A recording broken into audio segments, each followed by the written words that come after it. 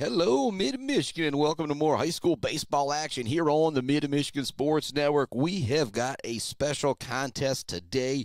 Yesterday, it was a battle for the top of the Jack Pine with 17 and 5 Shepherd, now 18-1-1 Standish Sterling Central.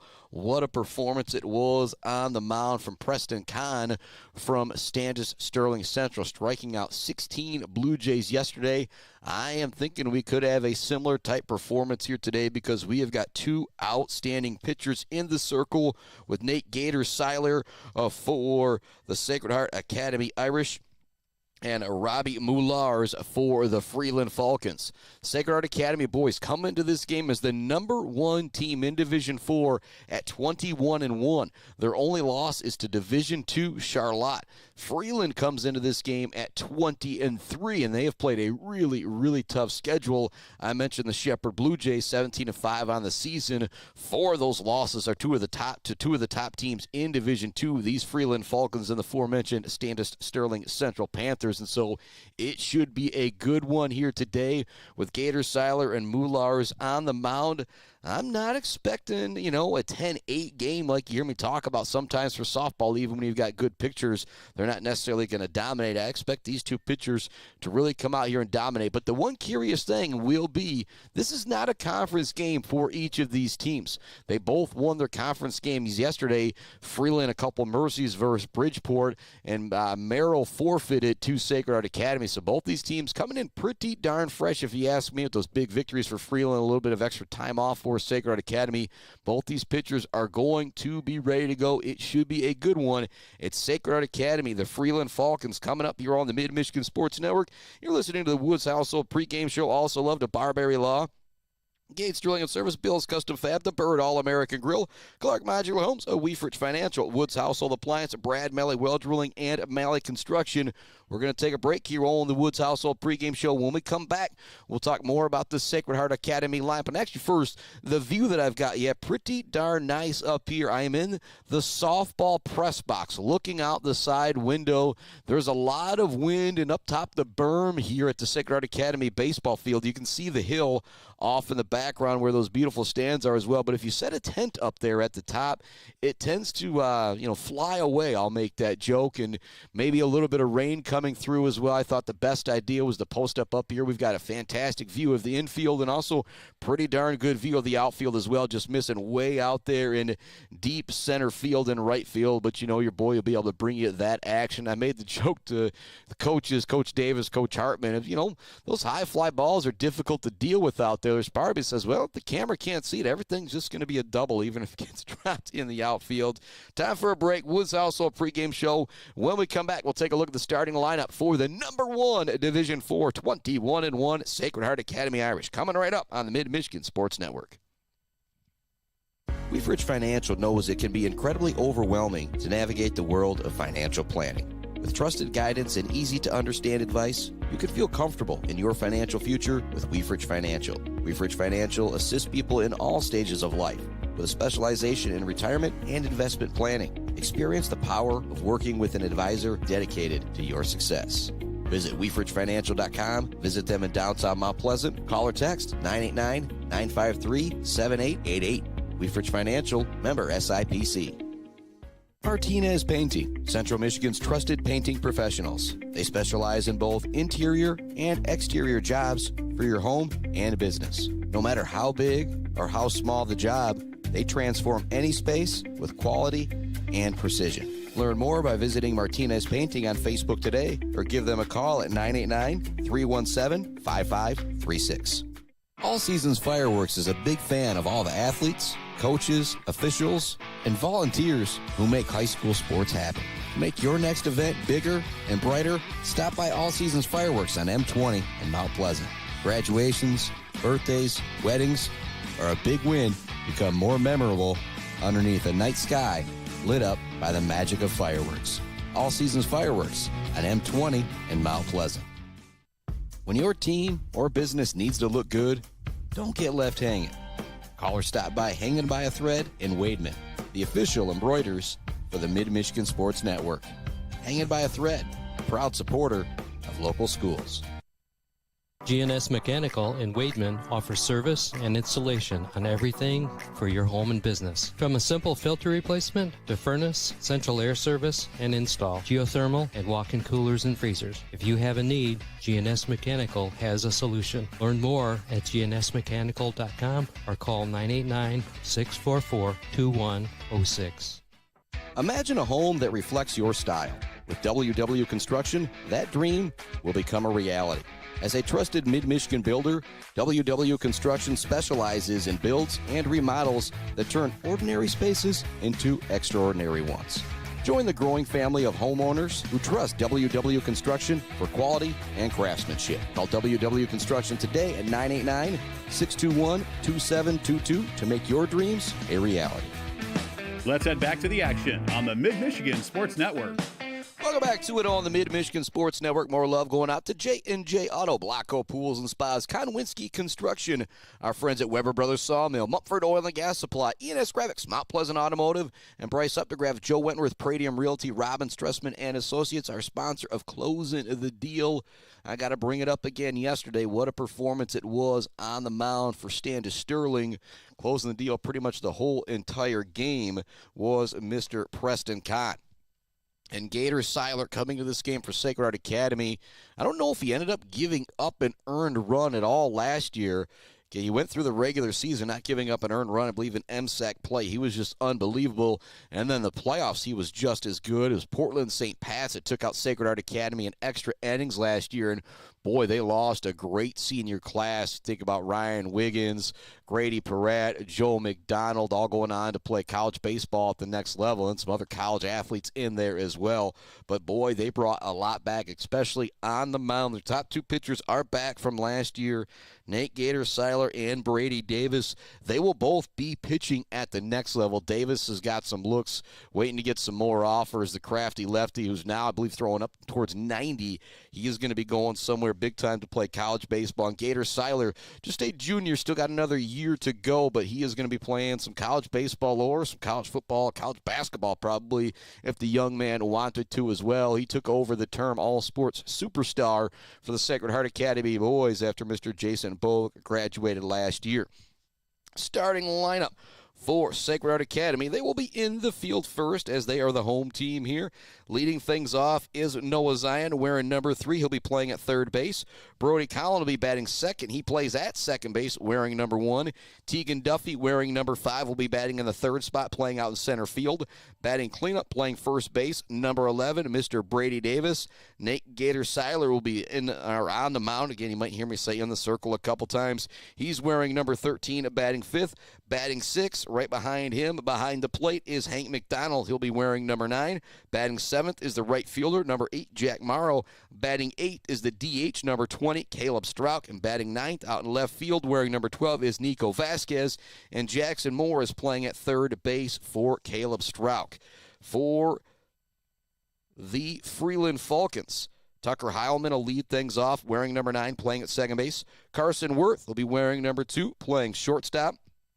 Connor Leseski will be playing first base, batting third, wearing number 20. Liam Rump, the catcher behind the plate, will be batting fourth, wearing a number 14. Batting fifth, wearing number 3, will be the left fielder, Nick Haas. Batting sixth is the center fielder, wearing number 25, Jacob Clausen. Wearing number 16, batting seventh, playing third base, is Gibby Davis. Batting eighth, wearing number 5, the DH, is Dolan Wills. Batting ninth, playing right field, wearing number 4, is Austin Hare. And it's number 13, Robbie Moulars, on the mound for the Freeland Falcons for the DH, Dolan Wills. Those are a look at the starting lineups. Again, we have got 2 of the top teams here in the state. This could be the biggest baseball game in the state here today with the Division IV number 1 Sacred Heart Academy Irish and the Division II number 12 team, the Freeland Falcons. And pardon me to anybody from Freeland who is tuning in. We're getting that fixed on the scoreboard right now to get that, try and get that spelling correctly for, Freeland, with Freeland, not Freeland. We got that fixed away. Time to send it to another break here on our Woods Household pregame show. When we come back, we'll talk about a couple keys to victory.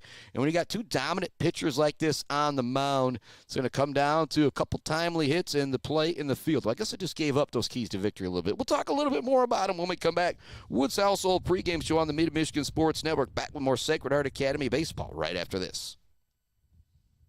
Hello, I'm Mike Stanton, and I'm honored to represent the Maryland Chapman Memorial Fund, created to honor Maryland's legacy of generosity, compassion, and commitment to our community. At its core, our mission is simple: to support our youth, remove barriers, and create opportunities for kids to grow, compete, and succeed, both in their community and in the game of life. We are incredibly excited to support the Mid-Michigan Sports Network. They do an outstanding job highlighting student athletes, local schools, and the power of teamwork, shining a light on the hard work and dedication that is often overlooked. This partnership allows us to celebrate not just wins on the field, but character and leadership along the way. At the end of the day, it's about investing in our youth, strengthening our communities, and carrying forward Maryland's spirit of giving. To learn more about the Maryland Chapman Memorial Fund and the events we support, find us on Facebook by searching Maryland Chapman Memorial Fund. Go Blue Jays. Value is not just a price. When you buy something for your home, it's an investment. Knowing that you're getting a great deal and service after the sale is priceless. At Woods Household, we only carry quality products for your home at competitive prices. Furniture that is attractive and durable. Comfortable mattresses that last for years. Flooring that stands up to wear and tear. These are all products that last by trusted name brands like FlexSteel, Serta, Whirlpool, and many more. So shop the Woods way. Mumford Oil and Gas Supply is your one-stop shop for top quality products and procurement in the Michigan oil and gas industry. With over 45 years of experience and a strong commitment to customer satisfaction, Mumford Oil and Gas Supply delivers the best solutions for your oil and gas production, drilling, and service needs. If you need it, Mumford Oil and Gas Supply can get it. Visit them on Fancher Day or give them a call at 989-317-8582. Malley Construction in Mount Pleasant are experts in residential and commercial construction. From poured walls, flat work, pipe work, and road work, Malley Construction does it all. And they are Michigan Department of Transportation pre-qualified. Malley Construction is family-owned and a proud supporter of local high school sports. Bryce Updegraff with Pradium Realty, Robin Stressman and Associates thanks the coaches and officials who put in the time to help student athletes achieve their dreams and goals. For all of your real estate needs, the Bryce is right with Bryce Updegraff. With Pradium Realty, Robin Stressman and Associates, 989-620-6595. The Diner, where homemade favorites come to life every day for breakfast and lunch. From fluffy pancakes to savory sandwiches, The Diner has your cravings covered. Discover the perfect blend of comfort food and camaraderie at The Diner. Join them every Friday night till 7 for their famous fish fry. The Diner on North Mission, Mount Pleasant. Hiring a cleaning service doesn't mean you're lazy. Martinez Cleaning knows it means you value your time and want to come home and relax and not worry about the mess. Martinez Cleaning allows you to do just that. Come home and relax to a nice clean home. Schedule your appointment and learn more by visiting Martinez Cleaning on Facebook or call today at 989-289-8615. Let's head back to the action on the Mid-Michigan Sports Network. Welcome back to it on the Mid-Michigan Sports Network. Much love to the Maryland Chapman Memorial Fund, hanging by a thread, a GNS Mechanical, Pure Plumbing, All Seasons Fireworks, WW Construction, The Diner, Block Electric, Brickner and Bunker, Farm Bureau Insurance Agency, Dick Silva Auto Sales, Powell Frame and Collision, Bogwai Bang and Bradley, along with Martinez Lawn Care, Martinez Painting, and Martinez Cleaning, and our friends at Mount Pleasant Public Schools. You know, kindergarten roundup starting to probably happen right about now. If you don't got your kids ready to go for school, well, you better make it happen. As I look out on the field, the umpires are behind the plate, just kind of awaiting the quote-unquote meeting of the minds at home plate with Earl Hartman, Coach Davis, and the umpires. As Coach Davis tries to put up the hood as he heads out there, and it falls down with the wind, which is another reminder of why I'm very, very happy that Coach Wheaton and the softball girls were kind enough to share their press box with me to get your boy out of the wind, and it's rolling in the window. Still a bit chilly here at the press box, but a lot better than being out in the elements like the brave Sacred Heart Academy faithful and Freeland faithful who are here. We're going to take another break because we got the meeting of the minds at the plate. National anthem coming up. Could come back in the middle of that. We're getting ready for first pitch. It is the number 1 team in Division 4, our Sacred Heart Academy Irish, against maybe the biggest test of their season, the number 12 team in Division 2, the 20-3 Freeland Falcons, the defending basketball state champions in Division 2 as well. And so they are battle-tested when it comes to all the sports. Also had a really good football season as well, going 7-3. And so these are two boys' sports programs that are used to being very, very successful.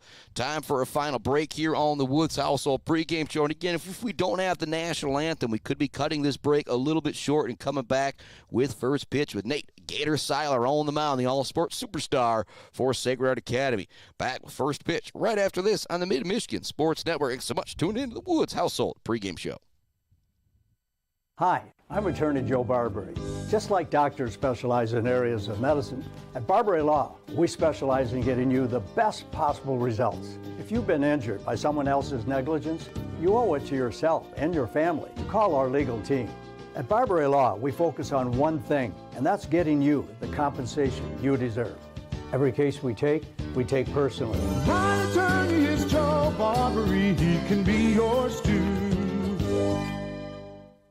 Konwinski Construction offers a full range of construction services on small and large projects. Konwinski Construction is a leader in the community and are proud to support those student athletes who will be leading our community tomorrow. Konwinski Construction on Gover Parkway, Mount Pleasant. Mount Pleasant Automotive on Mission has been serving local auto shops and do-it-yourselfers since 1988. Mount Pleasant Automotive is locally owned and carries all the auto part, car care products, and auto maintenance supplies you will need.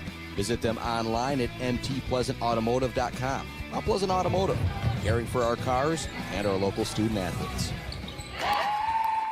Ogwai Banga and Bradley on Main Street in Mount Pleasant provides uncompromising integrity when providing tax and accounting services to individuals and small businesses in the Mid-Michigan area. Ogwai Banga and Bradley has an expert CPA ready to help you, whether you're an individual that needs help with taxes or a business that needs help with, well, just about everything. Ogwai Banga and Bradley is a leader in the community and a proud supporter of local high school sports. Visit them online at bwbpc.com or stop into their office on Main Street in downtown Mount Pleasant. Joe Wentworth with Pradium Realty, Robin Stressman and Associates is a proud supporter of our local high school student athletes, working hard and showing pride for our community. For all of your real estate needs, go with Joe. Joe Wentworth with Pradium Realty, Robin Stressman and Associates, 989-817-1291. Brickner and Bunker Farm Bureau Insurance Group is Mid-Michigan's #1 team for protecting what matters most to you. Home, auto, life, farm, business, they offer a wide variety of coverage at affordable rates with the customer service of a best friend. Visit Brickner and Buckner Farm Bureau Insurance Group on Pickard Road or visit them online at bricknerbunkerinsurance.com. Let's head back to the action on the Mid-Michigan Sports Network. Welcome back to it on this Mid-Michigan Sports Network. We are just getting ready for first pitch. Nate Gator Siler will be on the bump for Sacred Heart Academy, probably his biggest test of the year. He did fall to Charlotte in the first loss, I believe, of his varsity career in a fantastic contest this weekend. But we are getting ready for the action. Gator Siler on the bump. Hank McDonald behind the plate. And a really, really solid Freeland's Falcon lineup to test him out. I was talking with Coach McDonald before the game. He said it's really great to see him out here pitching against some really good competition. That's not knocking anybody when it comes here to our local teams. But, again, he is just on another level. So awesome to see him here. And, again, you can actually see some of the softball girls down here. They're warm. They're playing, practicing right now as well. Again, a big shout out to them sharing this space with me. See Gator Siler out there taking his final few warm-up pitches.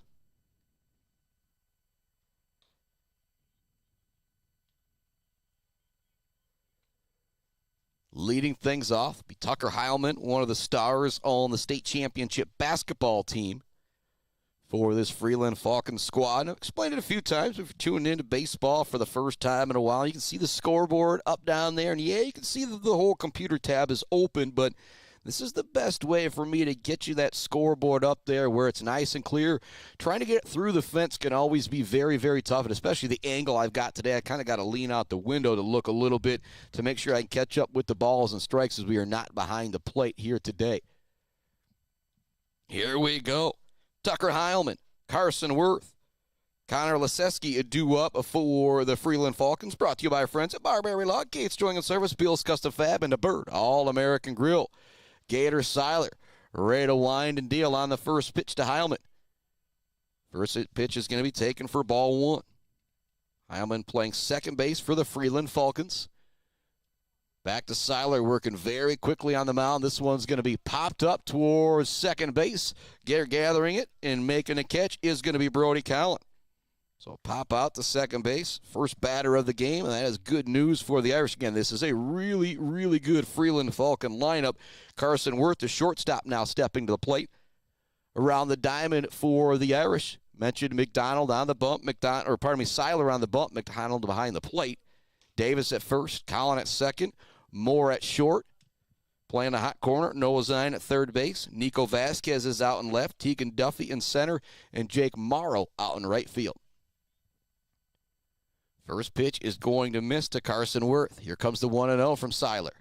He's going to ground this one towards third. Charging is Zeien. It's a long throw across, but it's in time for the out. So a pair of ground outs here to start the game for Freeland. But again, you got the power pitcher here, Gator Siler. He hits the 90s. He's got the really good breaking ball, a couple other pitches he can command as well. So the fact they're putting the ball in play here first time through is a good sign if you're the Falcons, in my opinion.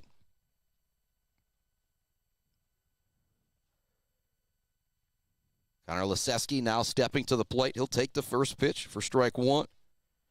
Liam Rump on deck if Leseski ends up getting on. Next pitch, that one's going to miss low. 1-1 to count.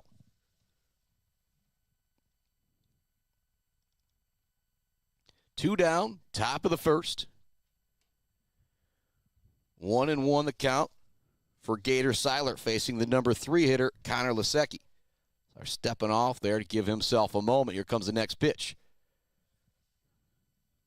Nothing Leseski was going to be able to do with the heat on that one. Now 1-2 the count. Siler winds and deals. Breaking ball is going to stay high. 2-2 now the count to Connor Leseski. Or Leseski, pardon me, playing first base for the Freeland Falcons here in this one.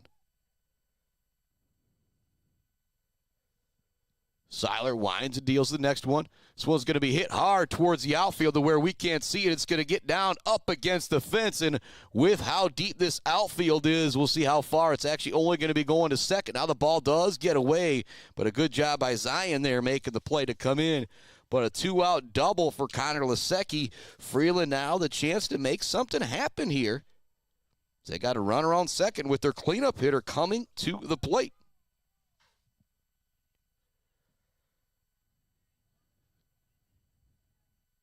Big time hit there for Leseski. Now stepping to the plate, Liam Rump. Siler checks the runner at second. That one's going to miss outside. 1-0 now the count to Liam Rump.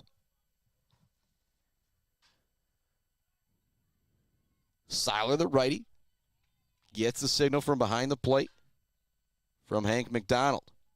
Now winds and deals. That one's going to miss. 2-0 now the count to Rump. Top of the first inning. 2-0 the score, or pardon me, 2 outs, runner on second. Stepping back in is Rump. Here comes the pitch. It's going to be sent towards first base, but it'll be foul. Brady Davis tries to get a glove on it, but it doesn't matter as it's in foul territory.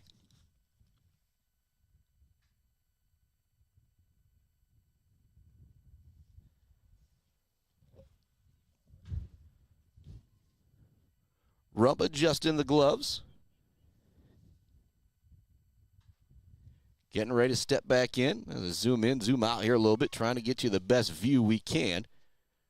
Rump's going to take that one. It's low. Count now 3-1. The cleanup hitter for the Freeland Falcons, Liam Rump, at second base after doubling is Connor Leseski. 2 down, top of the first inning. One of the top teams in Division II taking on one of the top teams in Division IV. That one is going to break back over for a strike for Siler. Excellent pitch there. Count now 3-2. You see the confidence Siler's got throwing that breaking ball on a 3-1 count. Checks the runner. This one's going to be smoked up the middle for a base hit. It's going to be gathered and centered by Duffy, but it won't be in time. Leseski is in for the run, and Freeland goes on top 1-0 here early on the RBI single from Liam Rump. And the 3-4 spots doing the damage that you would like to do if you're Coach Davis from Freeland. Number 3 guy gets on. Cleanup hitter is able to drive him in.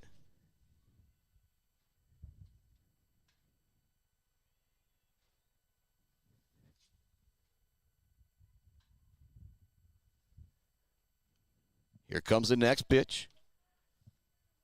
Nick Haas now at the plate. He's going to take strike 1. Hank McDonald now heading out to the mound. Quick little conversation there with Gator Siler. Again, this is probably the toughest lineup that Siler has faced so far this year. Pitched really well against Charlotte. They fell in that game, I think it was 2-1. Freeland getting on top here in the top of the first inning. Runner on first base is Liam Rump after he had the RBI single moments ago. Haas at the plate. Count 0-1. That one's going to get away behind the dish. Rounding second, but holding there is going to be Liam Rump as he moves up on the pass ball. And the wind is rolling. It is whipping here at the ball fields of Sacred Heart Academy. Here comes the 1-1 from Siler. That one's going to be taken. 2-1 now the count to Nick Haas. Jacob Clausen, the speedy center fielder, is on deck. Due up for the Irish. It's Zeien, Collin, and Duffy in the bottom of the first inning to go against Robbie Moulars. That one's going to be fouled off to the backstop. The count now 2-2 to Nick Haas.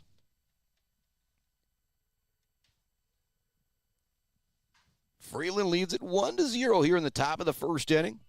Runner now at second base, pardon me, as I got to update the scoreboard. It's a little bit back behind me here as I'm looking out the side window. And your boy does the best he can to keep up today. This one's going to be grounded towards third. Zion's got to make the charge and a long throw over. Will it be in time? They're going to say he's safe. Excellent hustle getting down the line there from Nick Haas, the left fielder, to beat out that throw. The slow roller was a great charge there from Noah Zeien, but he just couldn't get there. Moving up to third base is Rump, and it's the infield single for Nick Haas. So now runners on the corners here for Freeland. Still 2 down here in the top of the first inning. And if you're Siler, the longer you're out there in the cold, too, the worse it is. Now at the plate is Clausen. Check over to first base. Great move there. Back safely, though, with the dive is Nick Haas. 1-0 Freeland with the lead. Top of the first inning here on the Mid-Michigan Sports Network. We're way out beyond left field in the softball press box to bring you this game to be protected from the wind and the possible rain that's going to come. We're going to take second base. Smart decision behind the plate from Hank McDonald to fake the throw to see if they can get the runner, pinch runner for Liam Rump, to try and go from third. Digging back in is Clausen. It's an 0-1 count. There's 2 down. Top of the first inning. Freeland's on the board, 1-0. Now runners on second and third. After Haas is able to move up. Big cut that time, but Clausen not able to catch up with the fast cheese.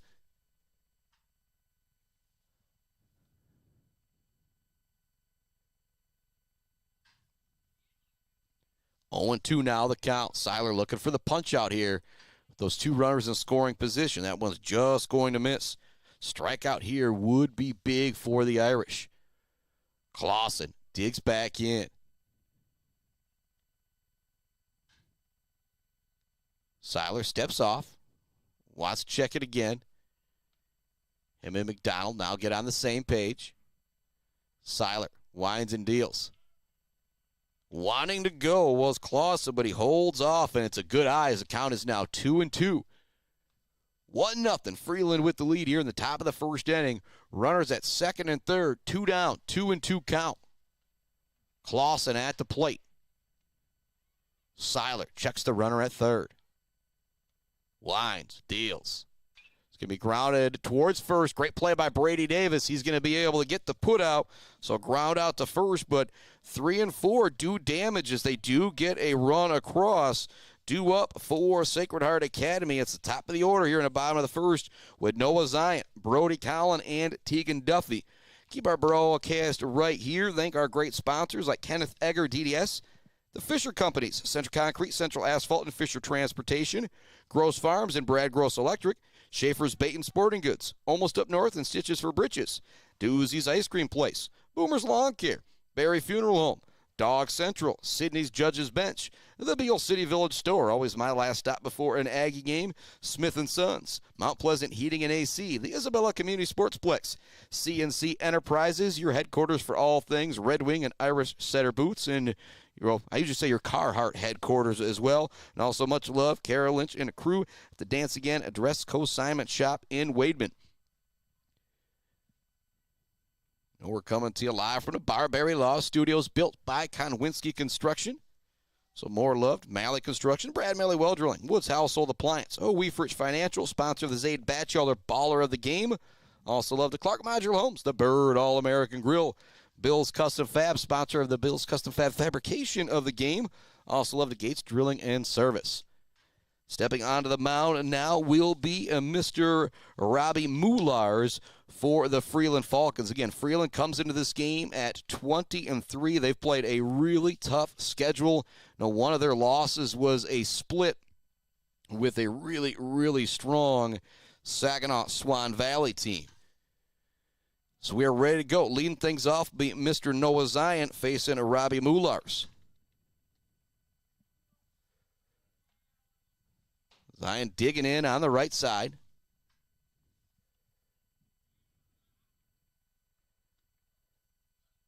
Try and get a little bit more of a zoom here and see if we can follow the action. I'm probably not going to do great at it. Again, your boy's trying to run the whole show here, but see what we can do now here with Sacred Heart at the plate. Zion's going to take that one as well. 2-0 now the count to Noah Zeien. Zeien playing at third base for Sacred Heart Academy. When he gets on base, he is a threat to go a long way. He can take take second and third on 2 pitches.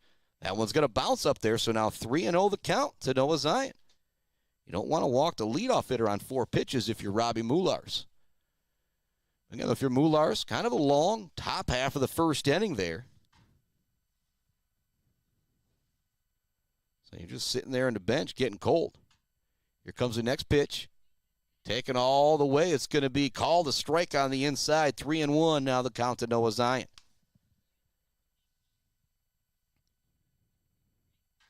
Moulars winds and deals with the 3-1. That one's going to be hit out towards right field, but it will go foul.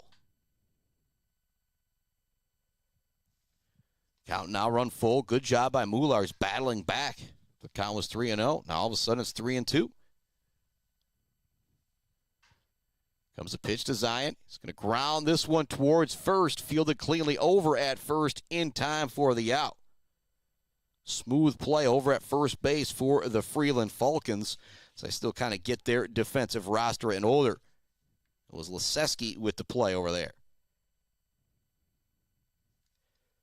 So he had our J&J Auto collision report so far with the drive to center field to bring in a run. Now at the plate is Brody Collin. He's going to take the first pitch for a strike.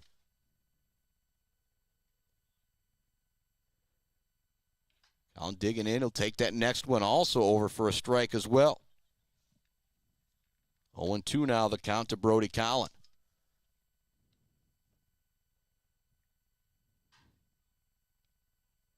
That one's going to miss. Good eye there from Colin, especially on the 0-2 count.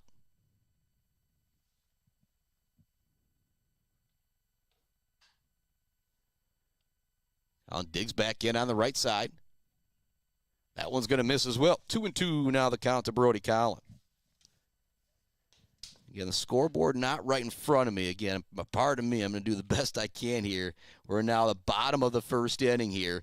One down, nobody on. That one's also going to miss. 3-2 now the count to Brody Collin. Collin checks down first baseline for the signal from Coach Hartman. Senior steps back in, playing second base for the Irish today, plays behind the plate some as well. He's going to take that one, but it's going to be a call. Strike 3 for Moulars. So the first two batters for Sacred Heart Academy run the count full, but neither of them get on as Zeien grounds out to first.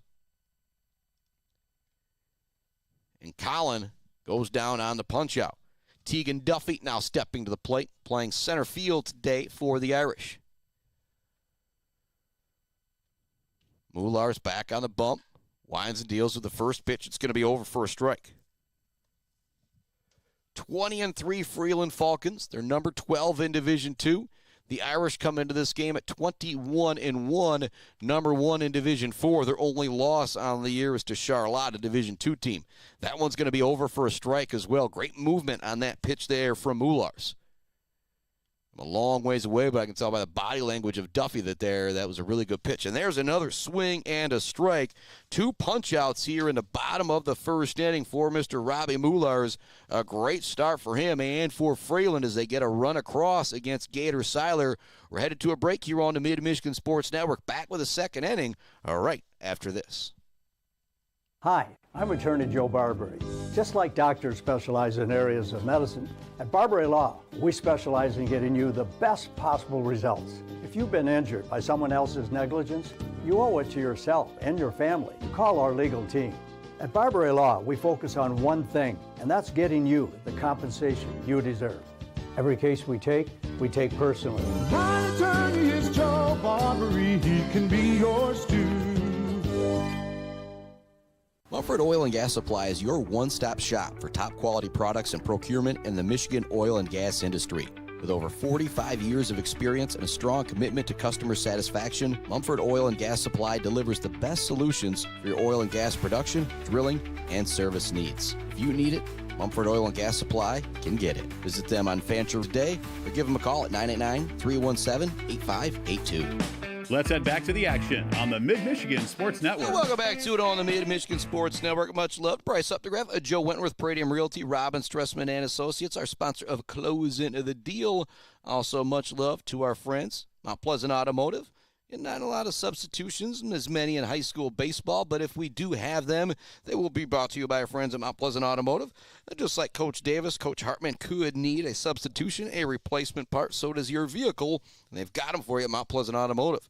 Also loved ENS Graphics, Mumford Oil and Gas Supply, Weber Brothers Sawmill, Konwinski Construction, Balotco Pools and Spas, and J&J Auto, sponsor of the J&J Auto Collision Report. Gibby Davis stepping up to the plate. He's going to take the first pitch. It's over for a strike.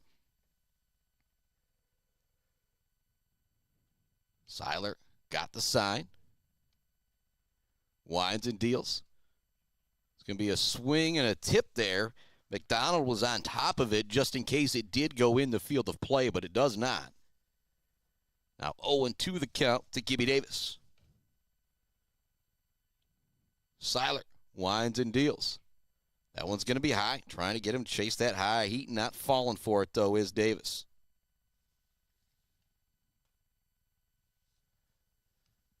Siler winds and deals with the 1-2.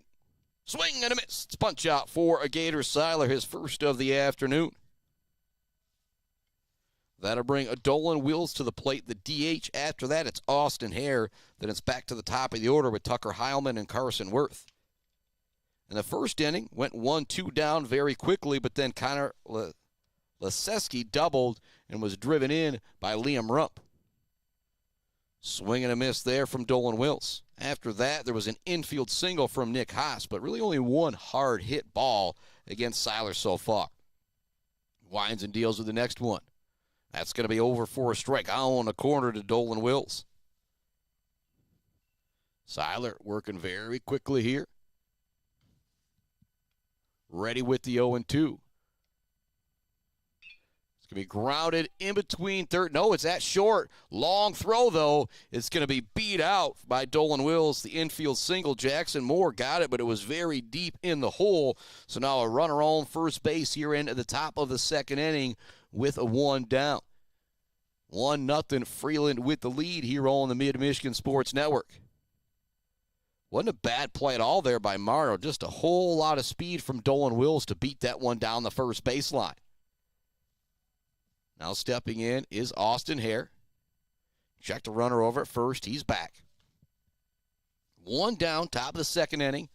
Runner at first for the Freeland Falcons. Siler on the bump. Big cut that time from Austin Hare. Can't catch up with it. 0-1.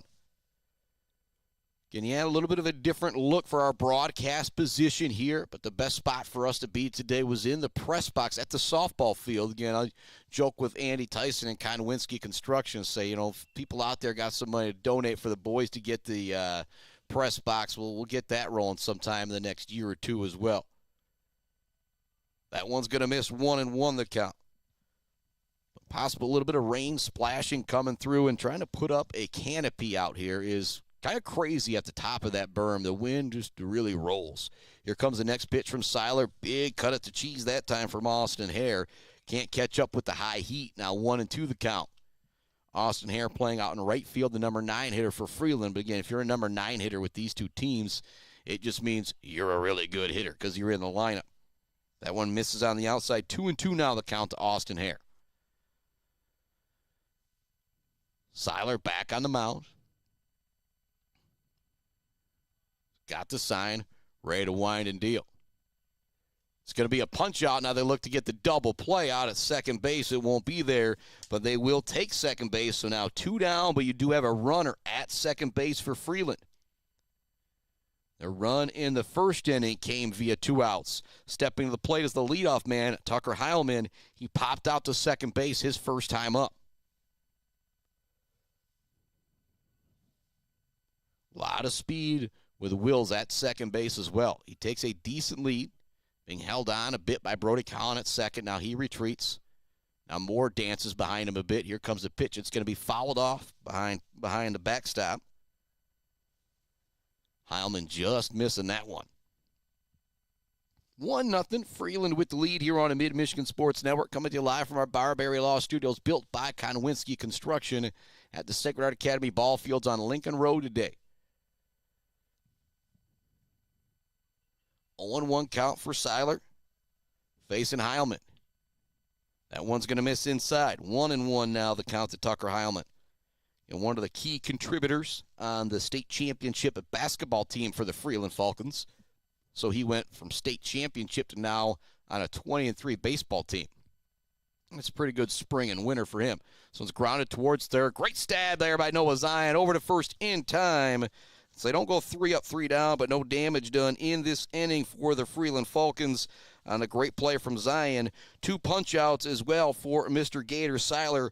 We're headed to the bottom of the second inning here on the Mid-Michigan Sports Network. We will take a break to hear from some of our fantastic sponsors. When we come back, we'll see if the Irish can get on the board. It's Freeland 1, Sacred Heart Academy 0, heading to the bottom of the second inning. We'll be back with more Irish baseball right after this on the Mid-Michigan Sports Network. Weber Brothers Sawmill has been in the sawmill and logging business since 1950. Weber Brothers Sawmill buys standing timber and logs all over central and northern Michigan with National Hardwood Lumber Association certification. You can be assured of a professional job, from the marking and cruising of your woods through the harvest. Weber Brothers Sawmill is a proud supporter of our local high school student athletes. J&J Auto in Wademan is Mid-Michigan's elite automotive repair shop. J&J Auto offers complete collision repair and mechanical repair. Stop by on Wademan Road or call them today at 989-644-8908. J&J Auto, proud supporters of high school student athletes.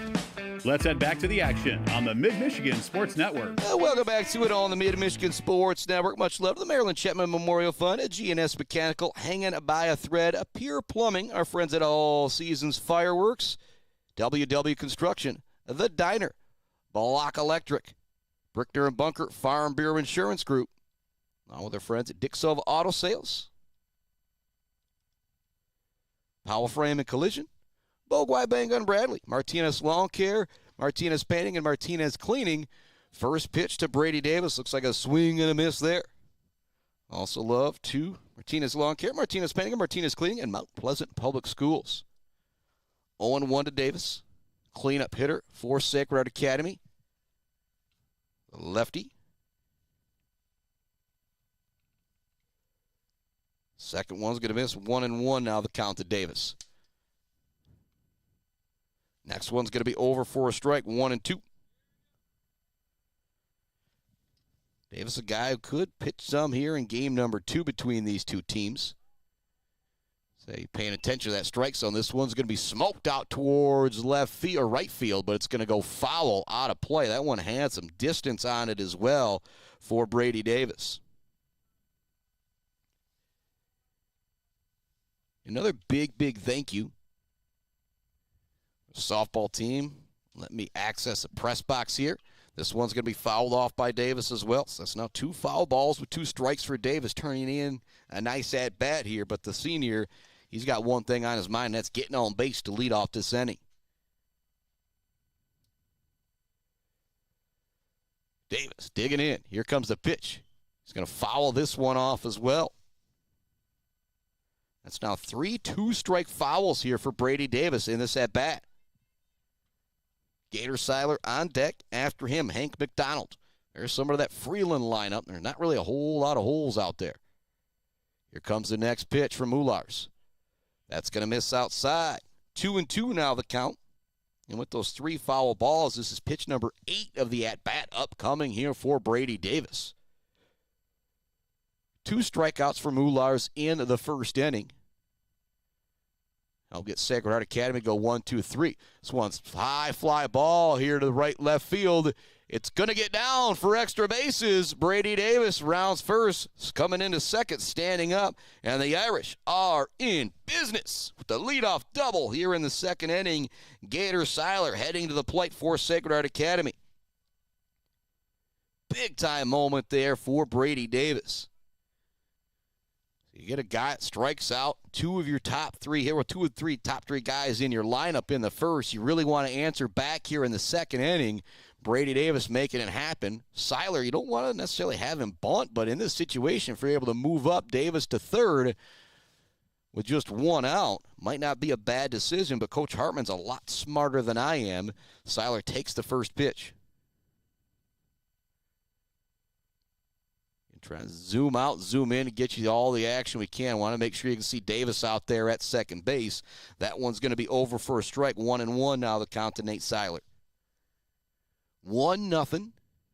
Bottom of the second inning. Freeland with the lead, but the Irish are threatening with a leadoff double from Brady Davis here in the bottom of the second inning. Mulars checks Davis. Sends it in. It's going to be low to Siler. 2-1 now the count to Nate Gator Siler. Hank McDonald is on deck. Behind him, the right fielder, Jack Morrow. Mulars checks Davis at second base. That one's also going to, no, they're going to say that was over for a strike, or 3-1 the count. Nope, that one missed. And we're not right behind the plate. I can kind of hear the umpire off in the distance with the strike and the ball call, but that one right there, the way he threw up the hands, one it looked like could have been a strike call, but he was throwing up the 3-1 to make sure the scoreboards got it correct. Good leadership here from Liam Rump behind the plate, heading out to talk to Robbie Mulars on the mound. I don't think there's going to be any type of signaling here. I think Mulars is telling him, throw this exact pitch right here. We might be able to get him. Runner on second base is Brady Davis with his speed. A ground ball. Hard hit ball to the outfield. If it gets down, should be able to score Davis. Now Siler's going to step out for a moment.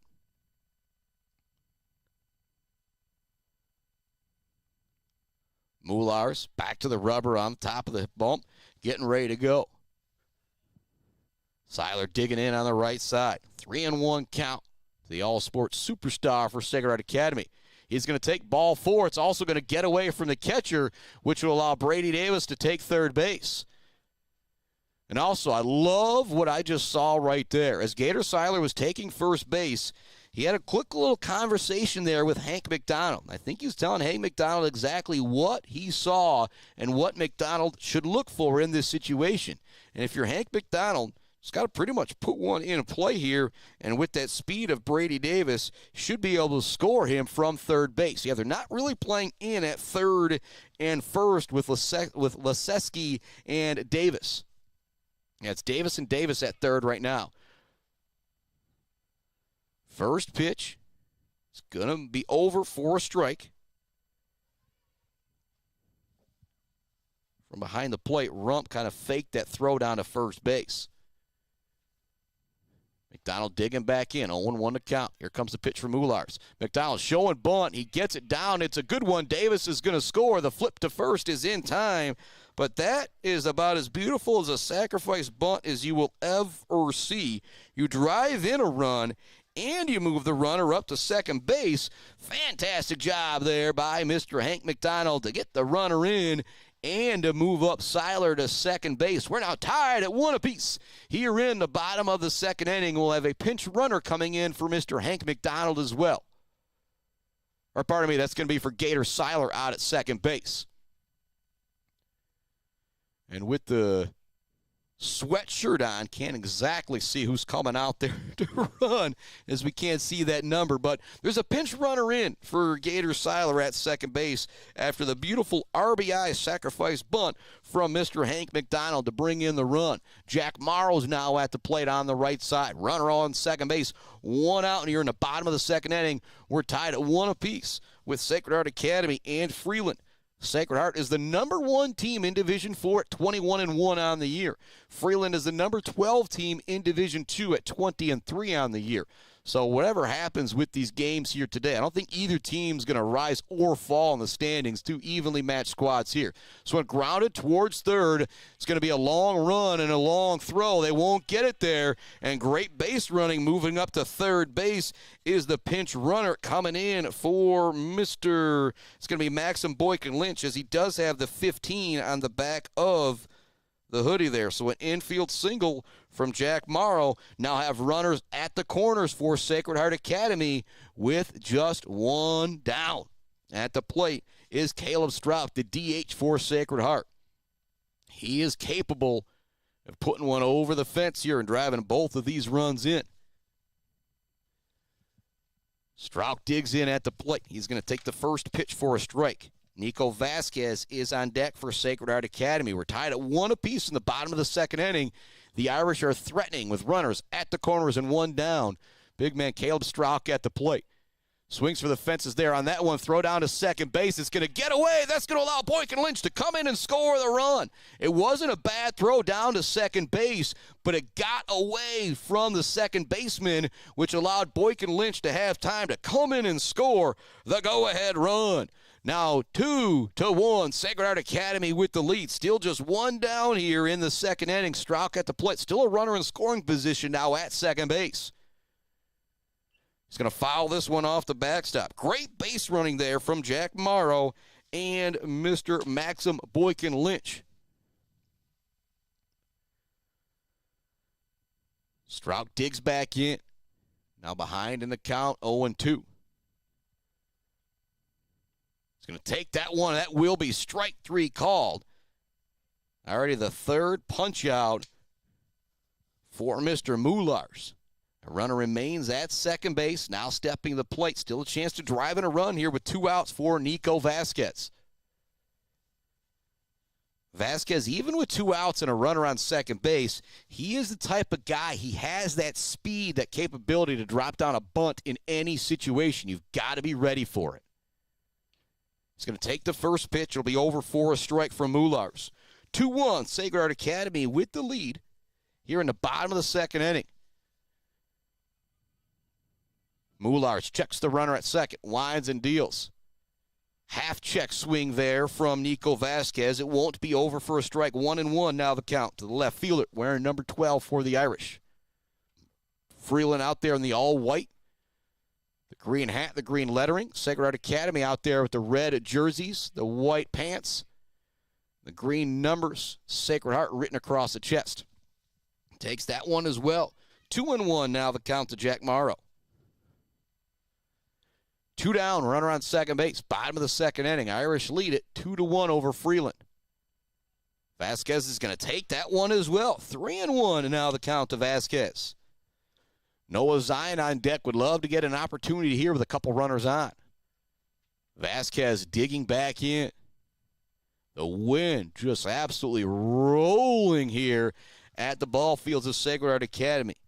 Let me thank once again Coach Wheaton, Coach Getford, and the softball crew for sharing this space with me, as that one misses as well. Now runners on first and second. Back to the top of the order for Sacred Heart Academy as Noah Zeien steps to the plate. At second is Morrow. At first is Vasquez. You've got a lot of speed out there on the base path. If Zeien could send one to the gap, he will definitely score Vasquez from first. First pitch is going to be over for a strike from Mullars. Runners on first and second, 2 down. Bottom of the second, 2-1, Sacred Heart with lead. That one's over for a strike. Great breaking ball there from Mullars. Zeien now behind in the count, 0-2.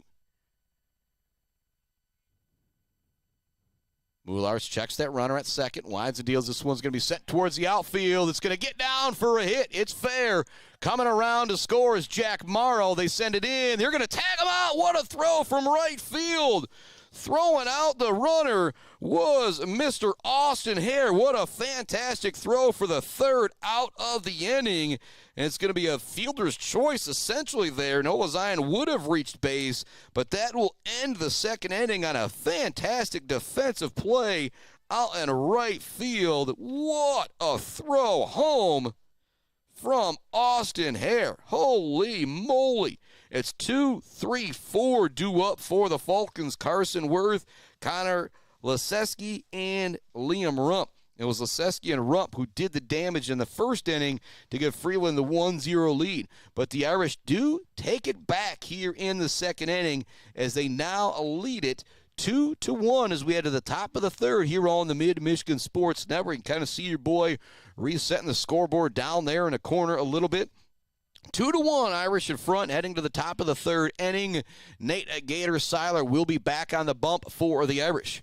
We do have a Freeland pitcher kind of warming up in front of me here. And again, where our broadcast position is, you've got a fantastic view of, those guys warming up out there. 2-1, Sacred Academy with the lead. Kind of reset that second inning for the Irish for you. Led off the double from Brady Davis. Gator Siler then walked. Then he had one of the best bunts I've seen all year long. Hank McDonald drops down the double sacrifice bunt as he brought the runner in and moved the runner up. And then after that, it was an infield single from Jack Morrow. And also walking later was Nico Vasquez. A couple runners left on there for Sacred Heart, but you get the 2 runs across. Working very, very quickly is Gator Siler. He's got Carson Worth in an 0-2 hole just like that. Next pitch, check swing there for Worth. Doesn't go around. 1-2 now the count. Siler winds and deals. This one's going to be hit back towards the pitcher's mound. Great play by Siler off the mound over to Davis in time for the out. And I know how competitive Gator Siler is. He knows these next 2 guys coming up are the guys that got him in the first inning. See how he handles things here in the third. Going up against the 3-4 hitters here again. Stepping to the plate is Connor Leseski.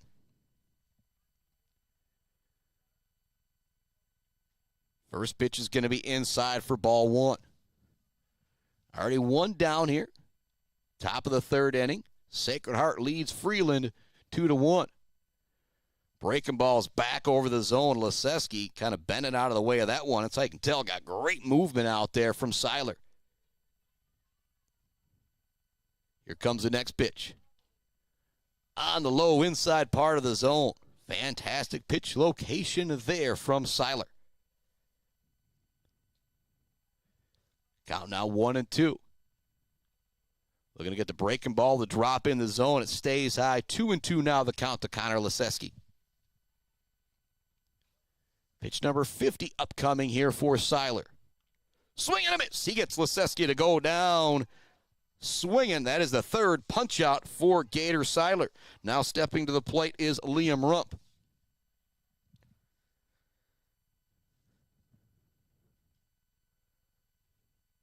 Siler ready to roll. A little conversation behind the plate between the umpire and Hank McDonald. As Rump digs back in, RBI single, his first time at the plate. 2-1, Sacred Academy with the lead over the Freeland Falcons. Big cut that time. It goes off the mask of Hank McDonald. You talk about how tough that kid is. As it goes off his mask, I think he was ripping it off, still trying to find the baseball to maybe try and catch it. 0-1 the count to Rump. Siler working very quickly on the mound. So it's going to be grounded right towards first base. Great play from Brady Davis. Makes the stab, gets the out, and that'll do it. 3 up, 3 down here in the third for Freeland, and maybe a little bit of momentum starting to go Sacred Heart Academy's way as they get the 2 runs across in the second, then get him to go 1, 2, 3 in the third. Due up in the bottom of the third for Sacred Heart, it's Brody Collin, Tegan Duffy, and Brady Davis. 2, 3, 4, the heart of the order coming up for Sacred Heart Academy. We'll see if they can do some damage against the Freeland Falcons. We're going to take a break to be back with more Irish action on the Mid-Michigan Sports Network. They lead Freeland 2-1. Back with the bottom of the third inning right after this. Mount Pleasant Automotive on Mission has been serving local auto shops and do-it-yourselfers since 1988. Mount Pleasant Automotive is locally owned and carries all the auto part, car care products, and auto maintenance supplies you will need. Visit them online at mtpleasantautomotive.com. Mount Pleasant Automotive, caring for our cars and our local student athletes. Konwinski Construction offers a full range of construction services on small and large projects. Konwinski Construction is a leader in the community and are proud to support those student athletes who will be leading our community tomorrow. Konwinski Construction on Gopher Parkway, Mount Pleasant. Let's head back to the action on the Mid-Michigan Sports Network. Welcome back to it on the Mid-Michigan Sports Network. 2-1, Sacred Heart Academy with the lead over the Freeland Falcons as we head to the bottom of the third inning. It's 2, 3, 4, a due up for the Irish. Brody Collin struck out his first time up. So did Tegan Duffy, the first 2 guys heading to the plate here in this inning for Sacred Heart Academy. Mullar's back out on the mound. Again, we do got a guy warming up in front of us here for Freeland. He's got the hoodie on. I cannot blame him. So I've got the jacket on. It's awfully cold for, well, it's still early May, I guess, here in Michigan. I shouldn't complain too much. Brody Collins step into the dish. The Irish got 2 across in the second.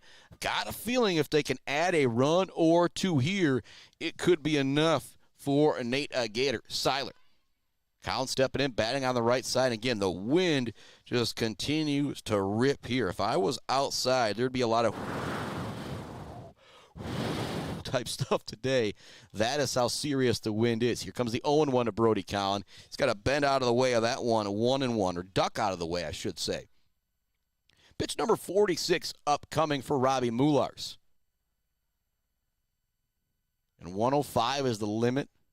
You throw over 25, you get so many days off. Throw over 50, you get so many days off, 75, and then up to that 105.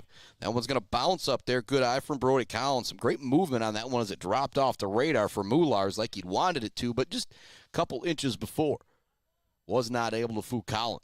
2-1, Sacred Heart Academy with the lead here in the bottom of the third inning on the Mid-Michigan Sports Network at a very, very windy Sacred Heart Academy ball fields. Big cut that time. Collins swinging for the fences. Can't catch up with it. It's now 2-2. Bottom of the third inning. Irish lead it 2-1 over one of the top teams in Division II. This one's going to be grounded towards third. It will eventually go foul. When he got 2 strikes, that's what you want to do, though, if you're Sacred Heart Academy. Brody Collin able to put that ball in play, although it goes foul. He'll get another opportunity here. Again, he just put the ball in play so many times in high school baseball, high school softball. Good things are going to happen. Collin just battling there. Now he steps back to the plate. Count remains 2-2. Nobody down here in the bottom of the third inning. The Irish lead at 2-1. And there will be a punch-out. Collin goes down swinging there. His second punch-out of the ball game. The 4th already for Mr. Robbie Mullars. Tegan Duffy's now stepping to the plate. He struck out his first time up.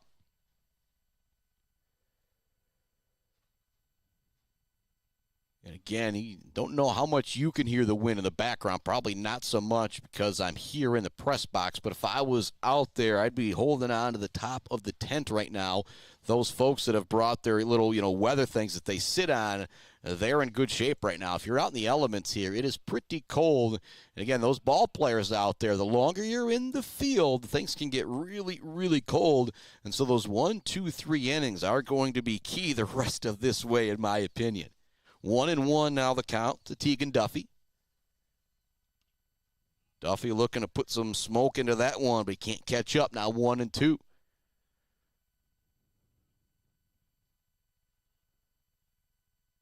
Mullar's back on the bump, winds and deals. Just going to miss low, 2-2 the count. Good eye from Tegan Duffy at the plate. Brady Davis is on deck. He doubled and scored his first time up. Behind him is Gator Siler, who walked. Maxim Boykin-Lynch came in and ran for him and scored the second run for Sacred Heart Academy. That one's also going to be taken. 3-2 now the count to Tegan Duffy.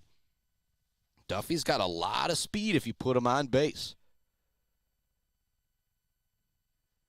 Here comes the 3-2 from Mullars. That's going to miss. Going to be ball 4. So now 1 on, 1 down here in the bottom of the third inning for Sacred Heart Academy with Brady Davis stepping to the plate. And he doubled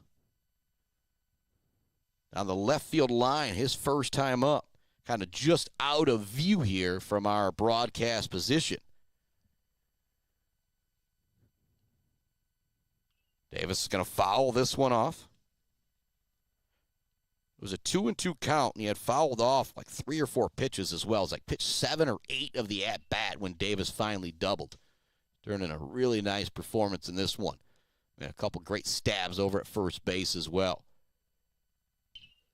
This one's going to be smoked towards the Freeland dugout. Everybody ducking out of the way of that one.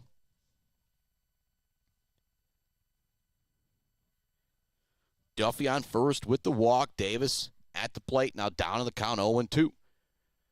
Again, got to protect things here. Try and make sure you at least put the ball in play. Mullars winds and deals. This one will be put in play. It's going to be a base hit for Brady Davis. Tegan Duffy's going to hold up at second.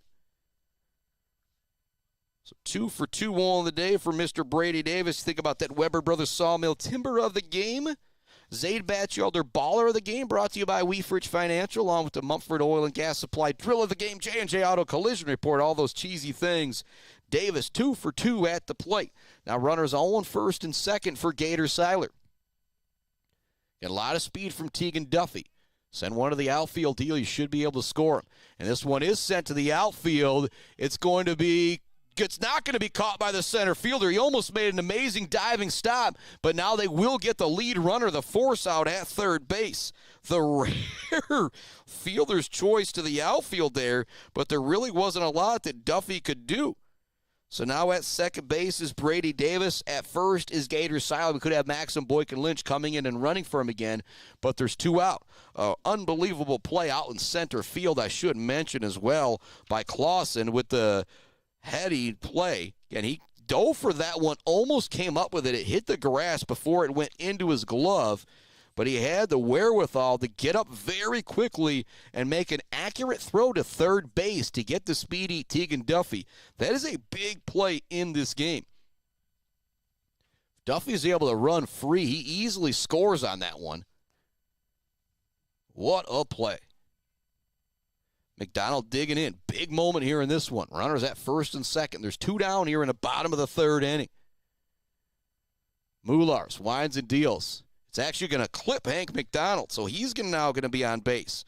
Reaching via a hit by pitch. That'll bring Jack Morrow to the plate, who reached via an infield single his first time up.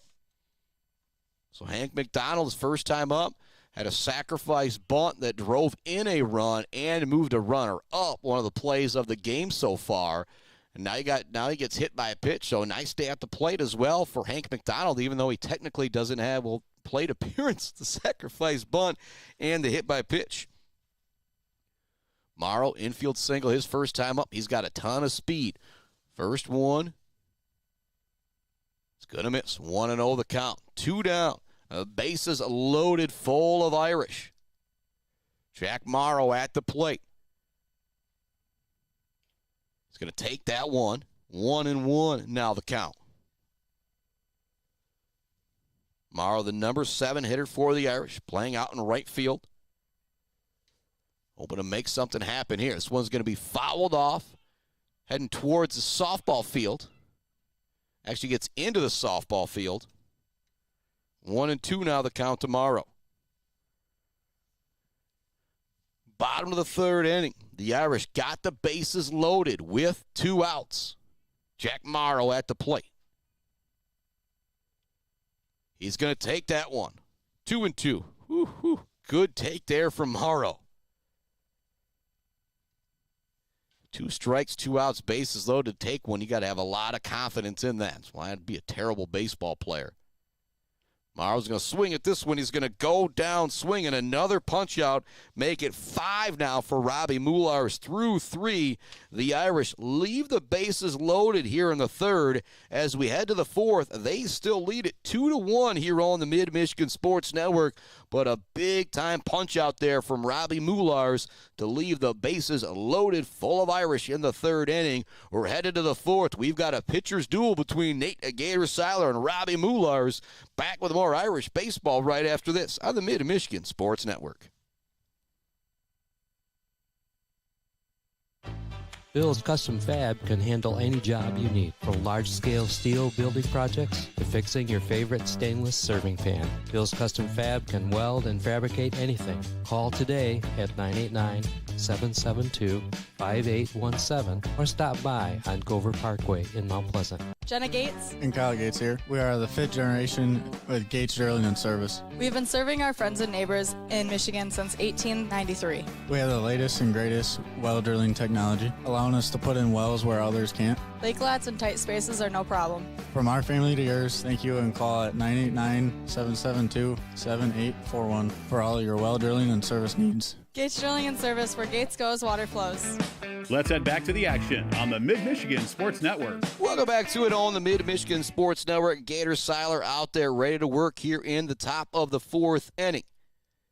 If you're the Irish, though, you left them loaded. Big deal in the bottom of that third inning.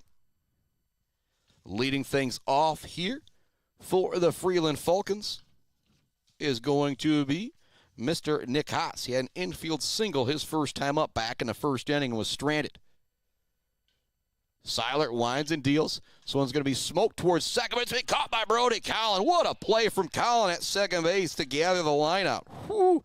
If you're Nick Haas, you just kind of, you give Brody Collin the stare at that one. That's kind of the I'm mad at you stare, but also the tip of the cap, what a play stare.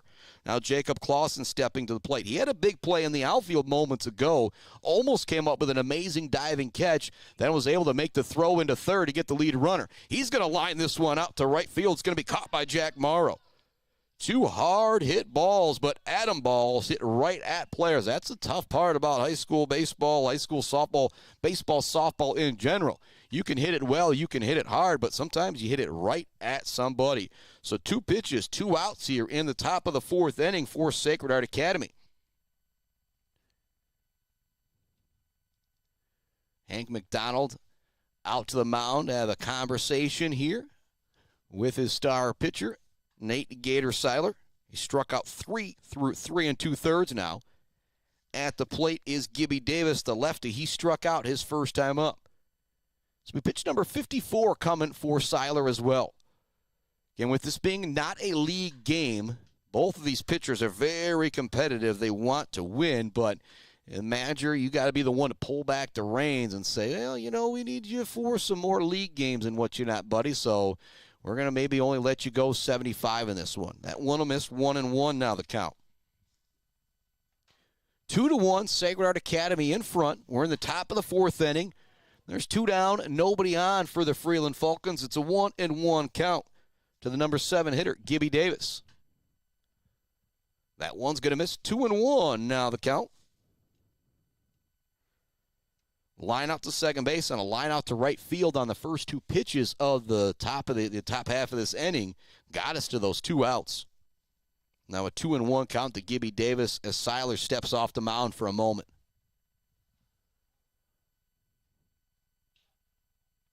Here comes the pitch, trying to frame it is McDonald. It's just going to miss. 3-1 now the count. Good eye there at the plate from Gibby Davis. That one will be over for a strike. That'll run the count full, 3-2. Dolan Wills is on deck. He had an infield single his first time up. Pitch from Siler. This one's going to be hit into the outfield for a base hit for Gibby Davis. Davis with the single with 2 outs to give a little bit of life here to Freeland in the top half of this 4th inning. 2-1 the score. Sacred Heart on top. Freeland now with the game-tying run at first base as Dolan Wills steps to the plate. The DH in this one, wearing a number 5, batting from the right side. Siler checks the runner at first. Brady Davis holding him on. First pitch won't bust back over the zone. Again, a really tough pitching situation here for Siler and Moulars. It's cold out there. Talking with Brady Davis earlier this year, some of the other pitchers, when it's cold and you can't feel your fingertips, trying to control that baseball, that softball becomes very, very difficult. And it's exactly those type of situations out there. Quick move over to first. Diving back safely is Gibby Davis. 2 down, runner on first here for Freeland in the top half of the 4th inning. Gator Silers mowed him down since the first inning where he gave up the 1 run. Big swing that time from Dolan Wills. Can't catch up with it. 2-1 now the count to the DH for Freeland. Wills digs back in. He's going to take that one as well. It's now 3-1. Austin Hare is on deck. He had an unbelievable throw out in right field to home to nab what would be the 3rd run of the game, or would have been the 3rd run of the game for Sacred Heart Academy. That one's over for a strike. Count will now run full to Dolan Wills. Runner on first, 2 down. Top of the 4th inning for Freeland. Siler looking to close it out. Runner goes. It's going to miss anyway for ball 4. So now a pair of runners on here with 2 outs for Freeland. Number 9 hitter Austin Hare coming to the plate. But again, both of these lineups, it's not a typical number 9 hitter. I'll make the joke that it ain't Chris Spockman out there hitting 90. You can just kind of throw 70 right down the middle at him and let him try and put it in play. Now some instructions here from Coach Davis and Austin Hare. And kind of a little tidbit. Coach Davis, the Freeland coach, I ran into him at Chipotle earlier today when I was grabbing some lunch. He said he had to find, a place to have a meeting here in Mount Pleasant before the game, and found out he is Gators' summer coach. So when Nate Siler's playing some travel ball, Coach Davis for Freeland is his coach, and so maybe giving a little bit of insight there to Austin Hare. And I imagine there was a little bit of a look with Coach Davis and Siler as Davis walked back down towards third base in his coaching spot. Hare digs in, ready for this big at-bat. He's going to put a charge into this first one. Popped up down the first baseline. It will go foul. So it looked like it was going to be foul the whole way. Not really any damage there, but giving chase from first base was Brady Davis, and giving chase from right field was Jack Morrow. 0-1 the count. Runners remain at first and second for Freeland. 2 down, top of the 4th inning. Sacred Heart leads it by 1. The game-tying run at second base. That one's going to be perfectly placed in the low outside part of the strike zone for Siler. 0-2 now the count to Austin Hare, who struck out his first time up.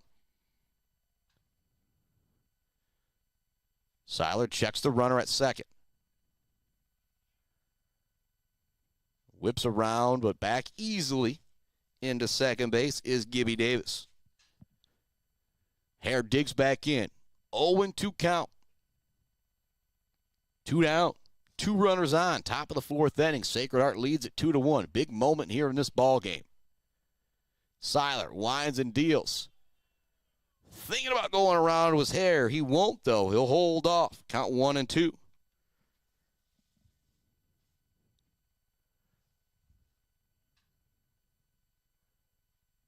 Siler has a sign from McDonald behind the plate. Here comes the pitch.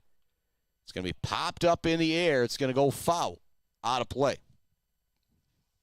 Count will remain 1-2 for Austin Hare. After him, it's back to the top of the order with Tucker Heilman, who's 0 for 2 on the day with a pair of groundouts.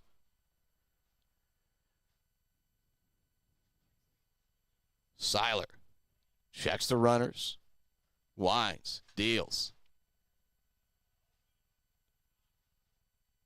Just going to miss. McDonald wanted the call from behind the plate. Count is now 2-2 to Austin Hare. Pitch number 6 of the at-bat upcoming here. Pitch 71 of the day for Siler. I don't see anybody warming up for Sacred Heart Academy, so I think he's going to try and finish this one out. As he gets thought it was the punch out right there. I think they're going to say it was a foul tip and it wasn't caught. The count will remain 2-2. Hare hanging on by a hair at the plate. Pitch number 7 of the at-bat upcoming here. Tying run at second base for Freeland. That one's going to be inside. Hare kind of has to dance out of the way. That's going to run the count full.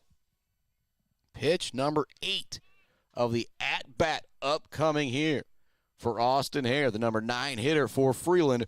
Runners on first and second, 2 down, top of the 4th inning. So it's going to be grounded towards third. Charging Zeien. Throw over to first is going to be a bouncer. It's going to get away from Davis. That's going to be an infield single for Austin Hare. And again, you look at the box score, probably actually be an error on that one, but it's an infield single. The runners move up to second and third. And a dangerous situation now as you're at the top of the order now for Freeland. Tucker Heilman coming to the dish. A big moment in this game. Bill's Custom Fab fabrication of the game type moment right here. Bases loaded. Top of the order for Freeland. They trail by 1, 2-1 here in the top of the 4th inning. Heilman takes the first pitch for a strike. The bases are loaded full of Freeland Falcons. They trail by 1. There's 2 down in the top of the 4th. Their leadoff hitter, Heilman at the plate. Siler trying to work out of the jam. So one's going to be sent towards the outfield. Gathering underneath it is Nico Vasquez to make the catch right beyond the view here of our camera. But what a great job there, leaving 3 on. Siler battles out of it. No runs on what was that? Just two hits, I guess, an infield single on one as well. But 3 stranded for Freeland here in the top of the 4th inning. We're heading to the bottom of the 4th inning. It's Caleb Strauch, Nico Vasquez, and Noah Zeien due up for Sacred Heart Academy. We'll send it out to another quick break here on the Mid-Michigan Sports Network. When we come back, we'll see if the Irish can get something going offensively. They lead it 2-1 over the Freeland Falcons, heading to the bottom of the 4th inning on the Mid-Michigan Sports Network. Brad Malley Well Drilling has proudly served Mid-Michigan since the early 1990s. We are family-owned with 3 licensed drillers and over 100 years of experience. We specialize in 5-inch PVC water wells and systems ranging from 2 to 12 inches. Every well we do includes a 5-year warranty and 1-year parts and labor guarantee. We are available 24/7, and you'll always talk to a real person. Call Brad Malley Well Drilling today for a free estimate. Trusted service, generation after generation. Clark Modular Homes in Mount Pleasant are a one-stop shop from the buy, the build, and beyond with their fantastic service department. Stop in to see their selection and purchase options today on Pickard Road or visit them online at modularhomesbyclark.com. Clark Modular Homes, supporting Mid-Michigan youth in and out of the classroom. Let's head back to the action on the Mid-Michigan Sports Welcome Network. back to it. Caleb Strauch at the plate. Here comes the pitch from Moulars. It's going to bounce up there, 1-0 the count to Caleb Strauch. Sacred Heart Academy leads it 2-1 here on the Mid-Michigan Sports Network as we are now in the bottom of the 4th inning. Leadoff hitter here is Mr. Caleb Strauch. Bottom of the 4th, 2-1 Sacred Heart Academy with the lead. That one's also going to miss low. 2-0 now the count to Strauch. DH for Sacred Heart Academy. Batting from the right side, wears a number 20. Waits the 2-0 pitch, or 1-0 pitch, pardon me. That's going to be there for a strike. Actually, it is 2-1.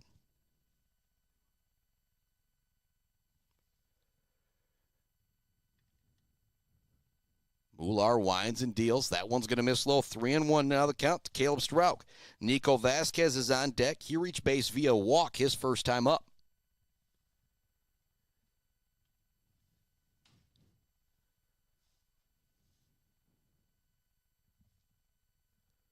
Mular's winds and deals. Taking that one as Strauch to run the count full to 3-2. Caleb Strauch struck out his first time up. A great job here running the count full. Mular's is now at pitch number 72 here. So one's going to be sent towards the outfield. It's going to get down for a base hit in front of the center fielder for Caleb Strauch. He is now 1 for 2 on the day. A single there for Strauch. That'll bring up Nico Vasquez. Strauch, for a big guy, is pretty fleet of foot, but it looks like they will have a courtesy runner coming in for him. Coming in to run for him, be the man who's playing at third base for him in Jackson Moore. So with Moore, that's going to give you a lot of speed at first base. With Nico Vasquez up, I would not be surprised at all to see a bunt here from Sacred Heart Academy. You get one more run for Gator Siler. You're going to be feeling really good about things if you're the Irish. Vasquez does look to get down that bunt. It's a pop-up, though, and it's going to be caught down the first baseline by Leseski. And so a pop-out bunt there for Vasquez. Sometimes it's hard to be patient when you go up there to drop down the bunt. Sometimes better to take a pitch or two, maybe not show the bunt, as when they know you're bunting, they're going to pitch to you a little bit differently right there. Noah Zeien now stepping to the plate. Runner at first base is Jackson Moore, pinch running for Caleb Strauch. Zeien is 0 for 2 on the day. He did reach base via his last time via fielder's choice. He's going to take the first pitch for a strike. Brody Collins is on deck. There's one down here in the bottom of the fourth inning. Runner on first base for Sacred Heart Academy. They lead Freeland 2-1. Zeien shows bunt. Pulls it back, but it's going to be a called strike anyway. Great movement on that one from Mular's.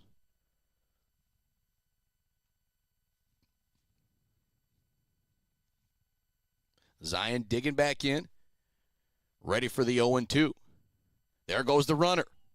Here comes the throw. It's going to be offline. It's going to go to the outfield. Great coverage out there in center field from Clausen, not allowing the runner to move past second base. But it's a stolen base there for Mr. Jackson Moore. Zeien digging back in. Now the runner in scoring position, especially with the speed of Moore, the 1-2 count. You send something to the outfield that gets the grass beyond the infield. I think you are going to be driving in that run from second base as long as Moore gets a good jump out there. Zeien awaits the 1-2. Mular's checks that runner at second base. That's just going to miss. 2-2 now the count. Great eye there from Noah Zeien at the plate. Zeien steps out, steps back in. The all-time leading scorer in Sacred Heart Academy boys basketball. And you think about how lowered that tradition is. One accomplishment for the senior this past basketball season, or what an accomplishment for 4 years, you could say. That one's going to miss high. An easy take that time for Zeien as it was over his head and outside. Count is now full, 3-2. Brody Collins is on deck. One out here in the bottom of the fourth inning. The Irish lead it 2-1 and are threatening again with that runner at second. High fly ball from Zeien. It's going to get out of play. Pitch number 7 of the at-bat upcoming here for Noah Zeien.